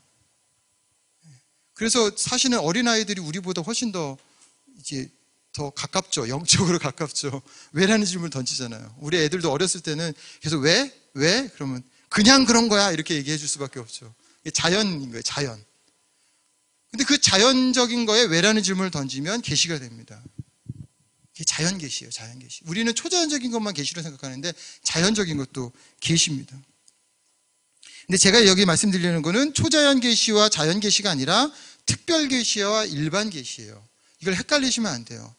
그 특별 계시는 뭐냐면요, 자연 계시일 수도 있고 초자연 계시일 수도 있어요. 뭐에 관련된 게 특별 계시냐면 우리의 구원과 관련된 게 특별 계시입니다. 나를 구원하시기 위해서 하나님께서 하시는 게 특별 계시예요. 이거는 좀 흉악한 이해가 될 수 있어서 그렇지만, 암에 걸렸단 말이에요. 막 탄 거, 전 탄 거 되게 좋아하는데 우리 아내가 계속 못 먹게 해가지고, 고기도 막 이렇게 흐물텅 막 굽든지 말든지 막 이렇게 해가지고 나오고 막 이러면, 바싹 이렇게 구워서 이렇게 바삭바삭해지 맛있지 않나요? 먹으면 암 걸린다는 거예요. 암 걸린다는 거예요. 네. 컵라면 절대 먹지 마라. 먹으면 암 걸린다는 거예요. 우리 교육자실에 컵라면 한 박스 있는데 맨날 유혹을 받으면서 못 먹고 있어요. 네. 근데 막 먹으면 암 걸린다는 거예요. 안 된다는 거예요. 근데 내가 그런 경고를 무시하고 탄 거 막 퍼먹고 컵라면 막 먹고 막 딴 거 막 안 좋은 거 막 먹고 막 공기 안 좋은데 밖에 나가서 막 뛰어다니고 막 이러면 몸에 암이 생기겠죠. 그렇죠? 생기겠죠. 근데 사실 의사 선생님은 그러시더라고요. 암은 그렇게 해서 생기는 게 아니라고 그러시긴 하던데 어쨌든 그렇다고 하니까. 예. 그래서 내가 암이 걸렸단 말이에요. 그래서 암이 걸렸기 때문에 예수님을 내가 알게 됐다. 그렇기 때문에. 그래서 예수님을 알고 살다가 암 때문에 돌아가신 거예요. 예. 그럼 자연적인 거죠. 이게 내가 막 나쁜 짓을 해가지고 그 결과로 나에게 내 몸에 뭐가 나타난 거는 자연적인 거죠. 그렇지만 그것을 통해서 내가 예수 그리스도를 알게 됐다. 구원에 가게 됐다. 그건 무슨 계시예요? 그건 특별 계시예요. 제가 이제 극단적으로 설명을 드리려고 이렇게 설명을 드리는 겁니다. 근데 암에 걸렸다가 아무 치료도 안 했는데 기도하다가 나았어요. 이거는 초자연 계시죠? 초자연적인 거죠. 근데 그것 때문에 교회를 떠났어요, 이 사람이. 그것 때문에 교회를 안 나와요. 제가 지금 특별 계시와 일반 계시를 이게 지금 설명드리려고 그러는 거예요. 하나님이 계시고 하나님이 존재하신다라는 것까지 알려준 건 일반 계시예요. 그래서 암이 있었는데 기도하다가 암이 사라져 버렸어요. 와, 진짜 하나님 살아계시구나. 하나님 진짜 계시는 분이구나. 깨달았어요. 근데 예수님 안 믿어요. 그것 때문에. 그럴 수 있는 거죠. 그럴 수 있는 거죠. 우리는 너무 이 부분을 이렇게 일치시켜버리고 기적적인 일이 일어나면 무조건 예수 믿을 거다라고 착각을 해요. 근데 아니에요. 그건 별개예요. 기적적인 일이 예수님을 믿는 대로 도움을 줄 수도 있고 반대로 도움을 줄 수도 있죠. 제가 계시 종결 얘기하려고 하다가 이제 이 장황한 말씀을 드리는데, 이제 특별 계시라는 거는 예수 그리스도와 관련돼서 예수 그리스도를 믿게 하는 데 대한 계시예요. 그런데 이 특별 계시는 성경 계시록으로 종결됐어요. 그래서 아까 제가 말씀드린 암에 걸려가지고 예수님을 믿게 된 것을 계시라고 말하지 않아요, 우리는. 왜냐하면 그걸 통해서 예수님을 알 리는 없으니까. 그걸 통해서 성경을 보게 돼서 성경을 통해서 예수님을 알게 되는 일은 있죠. 그래서 특별 계시는 성경입니다. 성경 이외에는 특별 계시가 없어요. 제가 왜 장황 말씀드리면 로마서를 읽으시다 보면 로마서에 뭐가 나오냐? 율법이 나오거든요. 그리고 그 율법은 유대인들에게 준 거고, 그럼 이방인들은 어떻게 하느냐 했을 때 이방인들에게는 양심이라는 얘기를 해요, 바울이. 이 부분이 특별히 주어졌느냐 일반적으로 주어졌느냐의 차이를 의미하고 있거든요. 거기에 관련된 계시 부분이 있기 때문에 제가 말씀을 드린 겁니다. 유대인과 헬라인의 차이가 여기 있죠. 유대인은 특별한 걸 갖고 있는 사람들이었고 헬라인은 특별한 게 없는 사람들이었어요. 그 차이에 대해서 이야기하면서 바울은 진짜 특별한 거, 예수 그리스도, 율법도 아니고 양심도 아니고, 그래서 우리가 말하는 성경의 특별 계시는 예수 그리스도예요. 예수 그리스도에 대한 얘기가 온 성경에 다 적혀 있는 거죠. 그것을 여러분들이 이해하고 이 부분들을 읽어가셨으면 좋겠습니다. 그래서 바울이 논증하고 있는 건 유대인도 아니고 헬라인도 아니에요. 유대 문화도 아니고 헬라 문화도 아니에요. 예수 그리스도죠.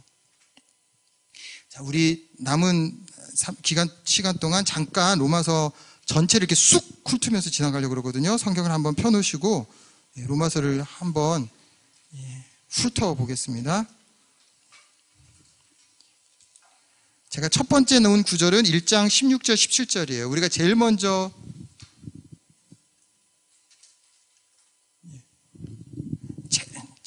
우리가 단락 구분했을 때 1장 1절부터 17절까지로 단락 구절을 했죠. 그래서 서론인데 이 서론 안에 바울이 이야기하고 싶은 주제를 담았어요. 그 주제가 가장 잘 나타나 있는 게 뭐냐면 앞에서부터 계속 주제가 나오지만 가장 잘 나타나 있는 것은 16절하고 17절입니다. 그래서 그렇게 제가 거기다가 내가 복음을 부끄러워하지 아니하노니 이 복음은 모든 믿는 자에게 구원을 주시는 하나님의 능력이 됨이라. 먼저는 유대인에게요 그리고 헬라인에게로다. 복음에는 하나님의 의가 나타나서 믿음으로 믿음에 이르게 하나니 기록된 바 오직 의인은 믿음으로 말미암아 살리라 함과 같으니라. 자, 여기서 말하고 싶어 하는 것은 복음의 능력이죠. 복음은 능력이 있다. 그래서 나는 그 복음을 아무리 너희들이 시시하게 보는 것처럼 생각을 하더라도 나는 부끄러워하지 않는다. 그것은 진짜 능력이 되는 것이다. 그 안에는 왜냐? 하나님의 의가 들어있기 때문이다 라고 이야기하고 있습니다. 복음의 능력에 대한 이야기를 첫 번에 하고 있어요. 그 다음에 들어가서 1장 18절부터 1장 32절까지는 뭐에 대한 이야기를 하냐면요, 하나님의 진노에 대한 이야기를 하고 있는데, 그 하나님의 진노 앞에 우리가 얼마나 진노받기에 합당한 존재인가를 논증하고 있어요. 우리가 얼마나 악한 존재들인가를. 그렇죠. 근데 이 악한 존재들의 이 모습이 이방인들이 행하는 모습들로 보이기 때문에 이방인들의 악함이라고 표현을 할 수도 있지만, 바울은 지금 이방인하고 유대인을 구분하지 않습니다. 계속적으로 구분하지 않아요. 그래서 이렇게 악한 짓을 하는, 생각만 해도 구역질이 나올 것만 같은 악한 짓들이 쭉 나오고 나서 2장 1절에 뭐라고 얘기하냐면, 네가 이거 보니까 악하지? 네가 네 생각에도 구역질 나지? 라고 표현하면서, 근데 너도 그러고 있는 거야 라는 얘기를 하고 있는 거죠. 그게 이방인이건 유대인이건 마찬가지예요. 우리가 이걸 보면서 막 악하다고 얘기하는데 실제 너도 그런 거야 라는 것으로 확 돌립니다. 그래서 2장 16절까지 보면요, 2장 16절까지 보면 모든 사람이 심판을 받을 거라는 거죠. 하나님은 선한 일을 한 사람에게는 선한 대로 보응을 하시고, 악한 일을 한 사람에게는 악한 대로 보응을 하신다는 거예요. 그래서 네가 생각하기에도 이렇게 구역질나게 더러운 짓들을 하는 사람들을 하나님 가만두지 않으신다는 거죠. 근데 그걸 내가 하고 있다는 거예요. 그래서 2장 16절에 이런 얘기하죠. 여기 이제 나의 복음이라는 표현이 나와요. 하나님이 예수 그리스도를 말미암아 사람들의 은밀한 것을 심판하시는 때가 있다. 그래서 선악간에 하나님 심판하실 것이다 라는 게 성경에서 얘기하는 겁니다. 그냥 넘어가는 거 아니에요. 우리가 잘못 저지른 거 그냥 넘어가시는 거 아닙니다. 선악간에 심판하신다는 거예요. 그러면서 2장 17절부터 3장 8절 정도까지, 3장 8절 정도까지 보면 유대인들에 대한 얘기를 합니다. 유대인들이 율법과 관계해서 착각하고 있는 것. 그래서 하나님의 진노로부터 자기들이 벗어나 있다라고 착각하고 있는데 실제로는 하나님의 진노 아래 들어있다는 것. 그걸 논증을 하죠.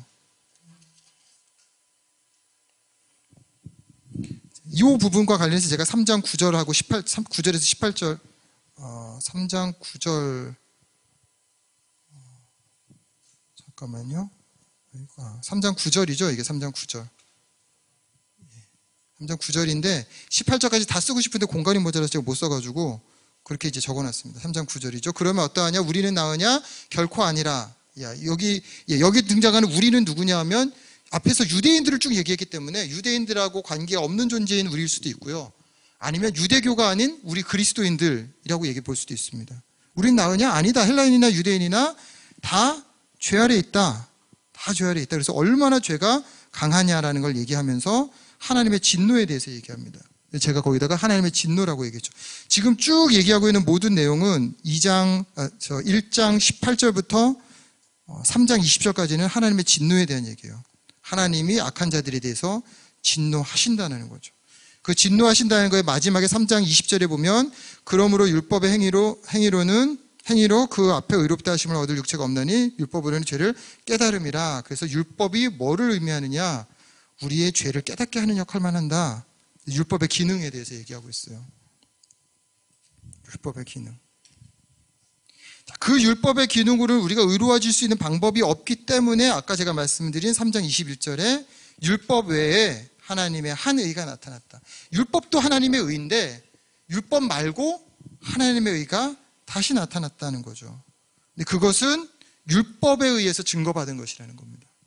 선지자들에게 증거받은 것입니다. 그게 뭐냐? 예수 그리스도를 믿음으로 말미암아 모든 자에게 미치는 하나님의 의다. 하나님의 의에 대한 설명을 여기서 하고 있어요. 하나님의 의는 뭐냐?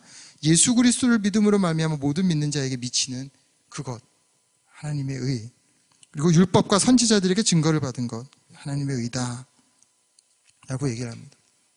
3장 21절부터 3장 31절까지는요 이 새로운 의에 대한 설명을 쭉 하고 있어요.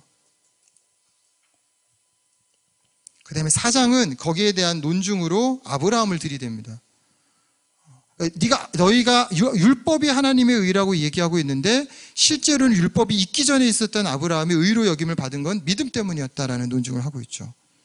이거는 이제 재미있는 논쟁이, 아까 제가 구속사 얘기하면서 잠깐 설명 안 드렸는데, 바울은 묵시적 관점에서 옛 시대하고 새 시대를 구분해요. 구분하면서도 동시에 어떻게 해야 돼요? 옛 시대 안에 담겨 있는 진짜 의미를 밝혀냄으로써 새 시대를 규정을 해요. 연속성을 두는 거죠. 아브라함하고 지금하고 아무 상관이 없잖아요. 아무 상관없이 만들어버리면 되잖아요. 그런데 그게 그 안에 맥락에서 연결되어 있다는 것을, 연속성을 그대로 갖고 들어옵니다. 그 다음에 5장부터는 아까 제가 큰 단락으로 나눴을 때 새로운 단락으로 들어가죠. 여기는 새로운 삶에 대한 소망이죠. 그래서 5장 1절하고 2절에 제가 거기 넣어놨는데요. 여기서 핵심은 하나님과 화평을 누리자는 거예요. 하나님과 화평을 누리자. 하나님과의 화평입니다. 하나님과 화평. 그렇게 우리가 죄악 가운데 있는데, 그렇게 우리는 다 죽어 마땅한 죄인들이고 하나님의 진노 아래에 있는 자들인데, 그 하나님의 진노를 막는 하나님의 한 의가 있다는 것이고, 그 하나님의 한 의는 믿음으로 취할 수 있다는 것이고요. 그걸 믿음으로 취하게 되면 어떤 일이 벌어지느냐? 하나님과 화평을 누리게 된다는 겁니다. 그것을 5장 1절부터 11절까지 그 화평을 누리자라는 이야기를 하고 있어요. 그다음에 5장 12절부터 5장 마지막 절까지는요, 그렇게 화평을 누릴 수 있는 이유에 대해서 이야기하고 있어요. 화평을 누리자 해놓고, 그 화평을 누릴 수 있는 이유가 뭐냐?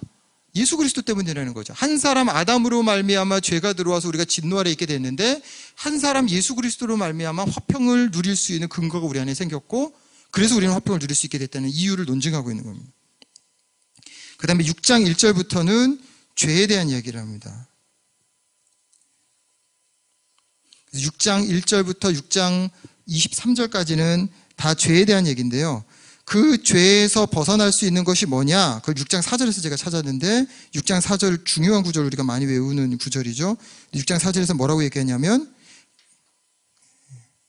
합하여라고 합니다. 우리가 그의 죽으심과 합하여 그와 함께 우리도 또한, 이런 얘기가 나오죠. 그리스도와의 연합을 의미합니다.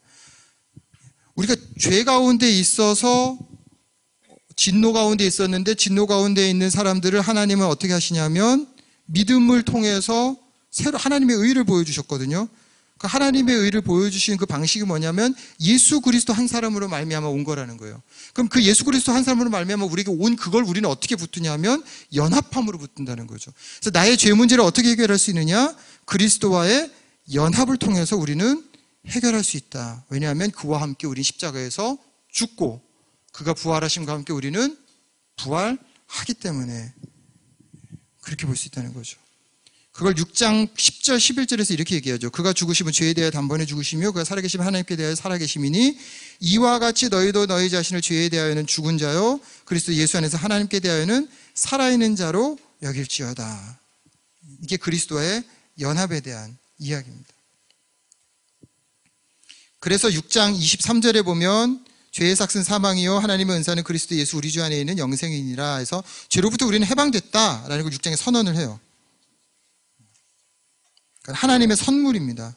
6장 23절이 말하는 것은 하나님의 선물이에요. 그래서 내가 그리스도와의 연합을 통해서 하나님의 의가 나의 의가 되는데, 이 연합을 통해서 하나님의 의가 내 의가 되는 이 과정은 오직 하나님의 선물이라는 거죠.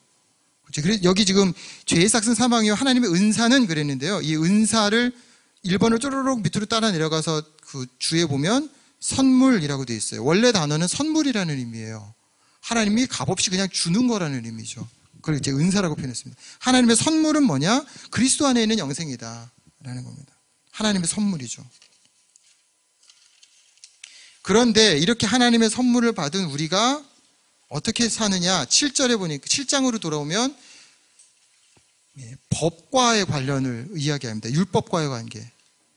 여기서 말하는 율법은 유대인들의 율법을 의미하는 것보다는 우리가 얽매여 살아가고 있는 법, 이건 양심까지 포함한 것이 그 안에 들어가 있지 않을까라는 생각을 이제 하게 된 거죠. 7장 1절부터 6절은 율법 조문에 관련된 거고요. 7장 7절부터 들어오는 거는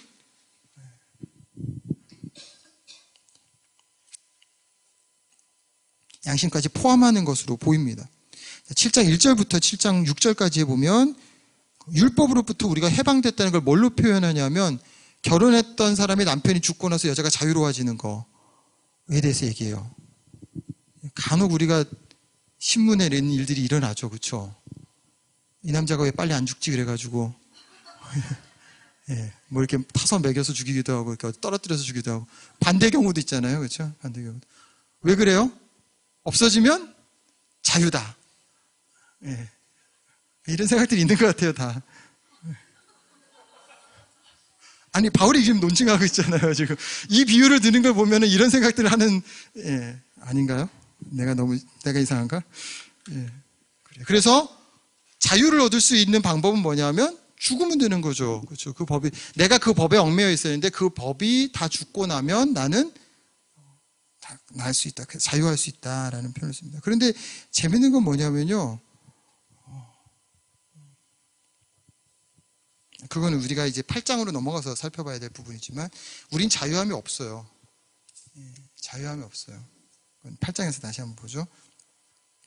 이 상황 가운데 지금 7장 마지막 절 부분에 있는 오호라 나는 곤고한 사람이로다 누가 나를 건져내랴라는 외침이 도대체 무슨 외침이냐라는 논쟁들이 많이 있어 왔어요.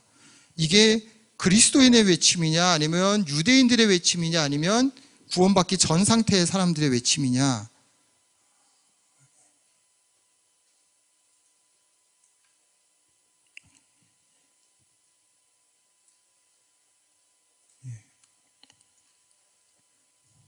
그런데 전통적으로는 이 부분을 그리스도인들의 자의식으로 봅니다. 그리스도인들의 자의식이에요.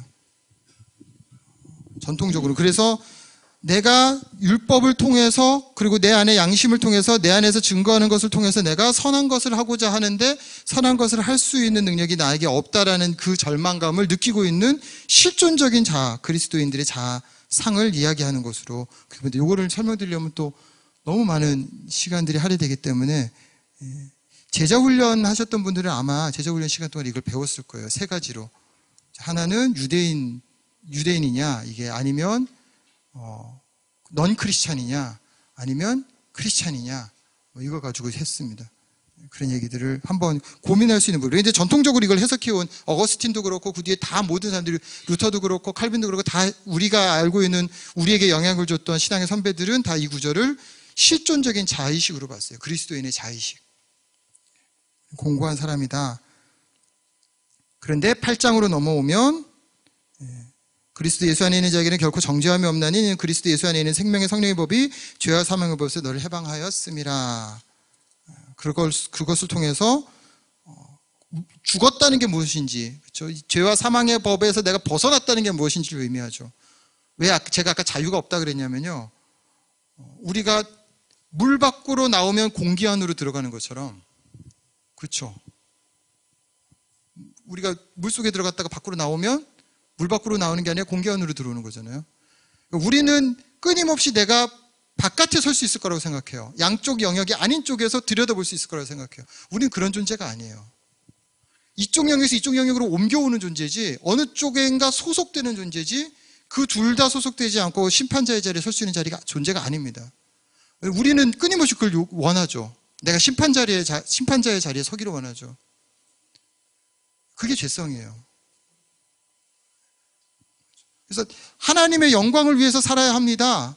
하나님 참 욕심도 많으시네. 이 수많은 사람들의 영광을 계속 받아 누리려고 그러시나 라고 생각하는 그 자체가 죄성인 거죠. 우리 안의 죄성이에요. 내가 그것을 심판하고 판단하려는 잣대를 가지고 살아가고 있기 때문에 그렇습니다.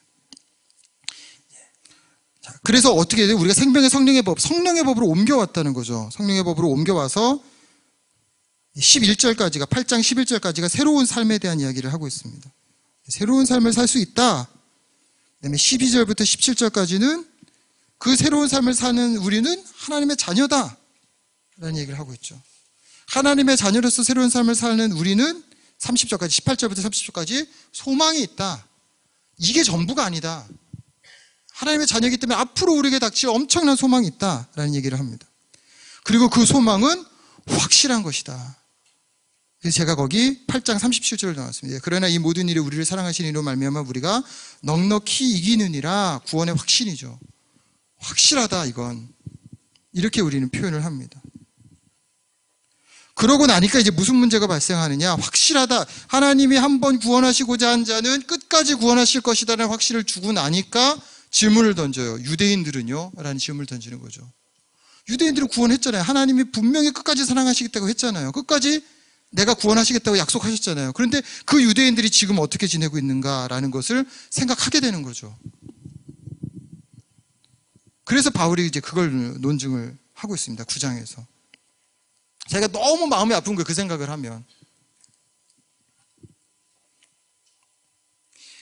그들이 뭐가 문제였냐면 10장 4절에 보니까 그리스도는 모든 믿는 자에게 의를 이루기 위하여 율법의 마침이 되셨는데, 그러니까 그리스도를 통해서 구원을 얻는다라는 이 법칙을 위해서 율법이 존재했는데 그들은 그렇게 생각하지 않았다는 거예요. 그러면 하나님이 이스라엘을 구원하겠다는 약속이 폐해졌냐? 아니다.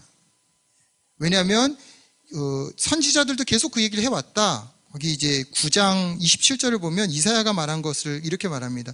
남은 자만 구원을 받으리니 라는 표현이 나와요. 그래서 남은 자 사상이에요. 바울이 이스라엘이 구원을 받는데 어떤 종류의 이스라엘이 구원을 받냐면 그래도 남겨진 자들이 있어서 그 남겨진 자들이 구원을 받게 하시는 하나님의 법칙이 그 안에 들어있다라는 것을 이제 표현을 합니다. 그러면서 이제 바울이 보는 거는 하나님 주권 사상이에요. 9장 20절에 이 사람아죠. 그렇죠. 9장 20절 이 사람아, 제가 잘못 적었네요. 이 사람아, 내가 누구에게 감히 하나님께 반문하느냐? 지음을 받은 물건이 지은 자에게 어찌 날 이같이 만들었느냐? 말하겠느냐? 그래서 하나님 주권 사상입니다. 그리고 그 하나님 주권 사상을 이야기하고 나서 10장 4절에 가면 아까 제가 말씀드린 것처럼 율법의 완성 얘기를 하죠. 유대인들은 그 율법을 오해하고 오히려 율법은 복음으로 가는 길이었는데 유대인들이 율법을 오해함으로써 복음을 거부해냈다라는 얘기를 합니다. 10장 9절 10절에서 그래서 구원은 받아들이면 되는 것이다. 너희들이 안 받아들였기 때문에 문제다라는 얘기를 하면서 입으로 시인하여 이 부분을 구원에 이르느니라 라는 말이 나옵니다. 11장 1절에서 이스라엘 백성을 구원하실 것이다라는 확신을 바울이 다시 한번 심죠. 하나님 버리시지 않았다. 구원하실 것이다. 유대인들 다 구원하실 것이다. 그게 뭐냐면 11장 26절에 나옵니다. 11장 26절에 보면 그리하여 온 이스라엘이 구원을 받으리라 라는 표현을 씁니다. 이게 지금 백투 예루살렘 운동하고 연결이 그래서 돼 있죠. 백투 예루살렘 운동은 선교사적인 흐름 속에서, 제가 시간이 너무 없네요. 선교사적인 흐름 속에서 굉장히 중요한 의미 있는 일이에요. 그런데 그것을 행하는 분들이, 주장하는 분들이 좀 치우쳐 있기 때문에 약간 문제가 있어요. 그 운동 자체는. 그렇지만 그 사상 자체는 문제가 없습니다. 사상 자체는 충분히 맞다고 볼 수 있습니다. 자, 그 다음에 바울이 이렇게 막 논증하다가 도대체 그럼 언제 이스라엘이 구원을 얻을 것인가? 분명히 자기는 알고 있거든요. 이스라엘의 남은 자들이 구원을 얻을 것이고 온 이스라엘이 구원을 얻을 것이라는 걸 알고 있어요. 근데 그게 언제냐? 어떻게 될 것이냐? 그래서 11장 33절부터 36절이 나오죠. 이게 철저히 하나님 주권입니다. 난 모른다. 하나님 하실 것이다. 그런 얘기를 이제 선언을 하죠. 그 다음에 이제 12장으로 넘어와서 하나님의 뜻이 뭐냐? 하나님의 뜻이 뭐냐라는 것을 얘기합니다. 하나님의 뜻은 이 세대를 본받지 않고 그래서 온전하신 하나님의 뜻을 분별해 가는 것을 우리가 해야 된다. 이런 거룩한 영적 예배의 삶을 살아야 된다라는 얘기를 쭉 12장 전체에서 하고 있어요. 그것을 어디까지 하고 있냐면 13장 끝날 때까지, 13장 14절까지 다 그 얘기를 하고 있습니다. 그 다음에 14장에 뭐가 나오냐면 연약한 자와 강한 자에 대한 얘기가 나오는데요. 여기서 연약한 자는 아마 유대인들, 그리스도인들을 얘기하는 것 같아요. 유대인들 중에 그리스도인인 사람들. 그 사람들은 아주 연약하기 때문에 우상에게 절한 음식 먹으면 안 되고 뭐 하면 안 되고 뭐 하면 안 되고 이것들 해야 될 게 많이 있어요. 근데 강한 사람들은 뭐냐면, 믿음이 강한 사람들은 할 수 있다는 거예요. 그리스도 안에서 자유롭게 할 수 있다는 거예요. 이 부딪힘에 대한 이야기를 합니다. 이 부딪힘의 문제의 핵심은 14장 14절에 내가 주 예수 안에서 알고 확신하노니 무엇이든지 스스로 속된 것이 없으되 다만 속되게 여기는 그 사람에게는 속되니라 라는 얘기를 해요. 이거 굉장히 좀 답답한 얘기거든요. 우리로서는. 답을 내려줘야 되는데 이걸 먹어야 되느냐 말아야 되느냐 답을 내려줘야 되는데 먹어도 된다고 생각하는 사람은 먹고 먹어서 안 된다고 생각하는 사람은 먹지 마라. 완전히 기회주의자처럼 얘기하는 이 바울의 모습에 막 우리가 이제 답답한 거죠. 근데 그걸 아디아포라라고 합니다. 아디아포라. 아디아포라는 뭐냐면요. 해도 되고 안 해도 되는 문제들이에요. 사람을 살인하는 거 해도 되고 안 해도 되는 게 아니라 하면 안 되는 거예요. 그거는. 그렇죠? 그런데 우상에게 전하는 음식을 먹느냐 안 먹느냐 하는 거 해도 되고 안 해도 되는 거예요. 그게 이제 구분이 되는 거죠. 그거에 대한 얘기예요. 바울은 아디아포라적인 문제. 이거는 해도 되고 안 해도 되는 율법에서 자유할 수, 우리가 하나님 앞에서 가져야 될, 마땅히 가져야 될 사고 속에서 자유할 수 있는 문제. 그런 부분들은 자유롭게 하라는 거죠. 그 안에서 너희는 자유가 있다는 겁니다. 율법에 대한 자유는 이런 부분을 얘기합니다. 우리 교회 요번에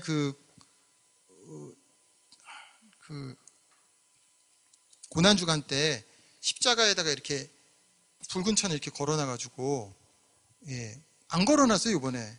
3년 전에 걸어놨어요. 2년 전인가 3년 전에 걸었다가 그걸 사진 찍어놨어요. 그 사진 찍은 거를 우리 그 책자 앞에다가 이렇게 실었거든요. 사진 예전에 찍어놓은 거. 근데 그때 걸었을 때는 아무 안 하더니 요번에는 이 사진 보고, 이게 무슨 뭐 천주교의 뭐 무슨 상징이고, 막 이렇게 해가지고 막 카톡으로 또 막 이렇게들 뭐라 하셨던 것 같더라고요. 굉장히 웃기는 일이죠. 그렇죠?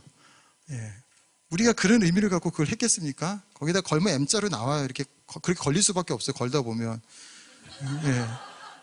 어떻게 따르게 어떻게 걸겠어요? 철사 같은 걸 이렇게 연결하면 W도 나올 수도 있겠지만 잘 안 돼요. 그냥 그렇게 걸려요. 굳이 왜 그걸 걸었을까? 그냥 이쁘라고 한번 걸어봤는데 그냥 그렇게 된 거예요. 그게 뭐 의미를 우리가 뭐 거기다 담았겠어요? 중요하지 않은 문제인데 너무 중요하지 않은 문제에 목숨을 거는 일들이 있는 거예요. 베리칩 같은 거 지금 어쩌고저쩌고 막 얘기하잖아요. 그냥 심고 싶지 않으면 안 심으셔도 돼요. 근데 그거 심어가지고 자기가 좀 편할 것 같다면 심으셔도 되고요. 아디아포라적인 문제입니다. 왜냐하면 그것이 내가 예수 그리스도를 믿는 이라고는 상관이 없으니까. 구원은 어디로부터 옵니까? 예수 그리스도로부터 오죠. 내가 예수 그리스도를 믿는 일에 그것이 아무 영향이 없어요. 영향가가 없는 거예요. 지금 무상에게 전하는 음식을 먹냐 안 먹냐 아무 문제가 없어요. 내가 거리끼면 안 먹으면 되는 거예요. 내가 안 거리끼면 먹으면 되는 거예요. 그것이 아디아포라적인 문제입니다. 그 다음에 마지막으로 16장 19절 바울이 마지막으로 권면하면서 뭐라고 얘기하냐면 너희가 선한 데 지혜롭고 악한 데 미련하기를 원하노라. 마지막 권면도 그렇게 하고 있어요. 선한 데 지혜롭고 악한 데 미련하기를 원하노라. 그것이 답입니다. 자, 로마서 전체 제가 사실은 중간에 단락을 지은 거를 하나하나 살피면서 오다가 시간이 너무 없어가지고 제가 뒤에 막 이렇게 요거 나와 있는 위주로만 갔는데요. 여러분들이 나중에 큐티 하시다 보면 더 작은 단락들을 볼 수 있으니까 큐티를 열심히 하시면서 한 단락 한 단락을 고민하고 생각을 해보셨으면 좋겠습니다. 마지막으로 우리 결론 부분 마지막으로 마무리할게요. 우리는 뭘 믿는가? 우리는 예수 그리스도를 믿습니다. 복음을 믿습니다. 그럼 예수 그리스도는 누구냐? 예수 그리스도는 하나님의 의를 우리에게 전해주시는 분이죠. 그래서 하나님의 의를 우리에게 전해주시기 위해서 예수 그리스도는 십자가를 지셨습니다. 아까 칭의론, 법정적 칭의론 부분에서 제가 이제 설명을 이 뒤로 남겨뒀던 부분인데요. 우리는 값없이 의롭다함을 얻었어요. 값없이. 죄가 아직 내 안에 크득한데 죄로 도저히 살아갈 수 없는 존재인데 그런데 아무 이 부분에 대한 어떤 내 대가를 지불하지 않고 그냥 예수 그리스도가 십자가의 죽으심으로 나를 의롭다고 만들어 버리셨어요. 그래서 어때요, 나는? 난 이제 의롭게 됐으니까 아무렇게나 살아도 되겠다. 아니죠. 뭐가 발생을 해요? 그리스도와 나의 관계가 발생을 해요, 그 안에서. 뭐 때문에 내가 구원을 받았느냐? 그리스도 때문에 구원을 받았거든요. 나는 값없이 구원받았지만 그리스도는 무슨 값을 치르셨어요? 하나님이신 그분이 피를 다 쏟으시고 죽으셔야 했어요. 그것 때문에 내가 구원을 받은 거거든요. 그러면 나는 뭐하고 얽히냐면 그분하고 내가 얽혀버린 거예요. 그래서 내가 죄를 지으려고 하는 순간에 뭐가 생각나요? 그분이 생각나는 거예요. 거룩하신 그분, 흠이 없으신 그분, 도저히 나의 이 죄악과는 어울리지 않는 그분, 그분을 생각하면서 죄를 지을 수 있다? 그래서 바울이 얘기하잖아요. 그럴 수 없느니라. 한마디로 탁 쳐버려요. 그럴 수 없느니라. 근데 만약에 내가 논리적으로 내가 구원을 다 받았으니까 난 아무렇게나 살아도 나는 괜찮다. 예수 그리스도를 모르는 거예요. 내가 예수 그리스도 때문에 구원을 받았다는 사실이 뭔지를 모른다는 거예요. 그래서 그리스도와의 연합이 중요합니다. 나는 그리스도와 함께 묶여있는 자지 그리스도와 떼놓고 얘기할 수 있는 자가 아니에요. 근데 우리는 자꾸 그리스도와 함께하는 존재로서의 나를 상정하지 않고 떨어뜨리고 논리적으로 머리로 계산으로. 그래서 눈물이 없으면 안 돼요. 그리스도를 생각할 때마다 눈물을 흘렸던 우리 신앙의 선배들을 생각해야 됩니다. 너무 많은 생각들을 하는데 그리스도 때문에 울고 그리스도 때문에 가슴이 무너지고 예수 그리스도 때문에 어쩔 수 없이 그렇게 통곡을 하는 그런 일이 없어졌다는 거죠. 구원은 단회적으로 임하는 것이지만 동시에 점진적으로 임하는 겁니다. 그래서 성화의 과정은 구원의 과정의 연장선상에 있어요.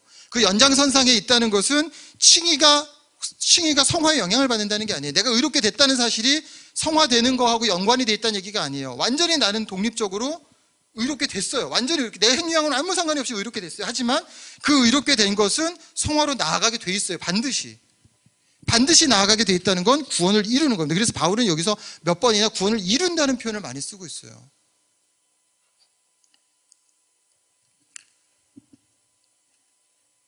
로마서에 다 드러난 개혁신학의 핵심 가치를 두 가지로 찾자면 두 가지입니다. 하나는 하나님 주권 사상이고요.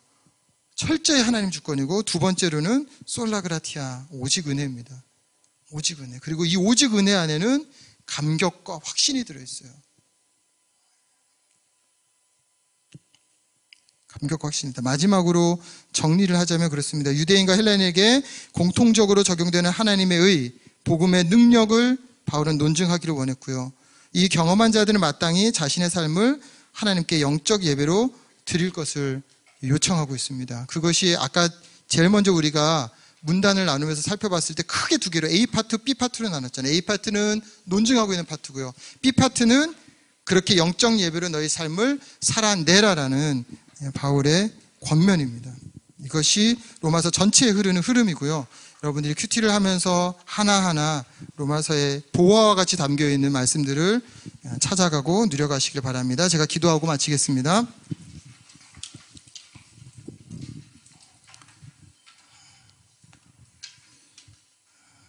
하나님 아버지, 우리 신앙의 선배들이 읽고 또 읽고 외우고 그 안에서 복음의 그 감격을 맛보면서 예수 그리스도가 나에게 어떤 존재가 되는가, 예수 그리스도는 나와 무슨 상관이 있는가를 깊이 묵상할 수 있었던 로마서입니다.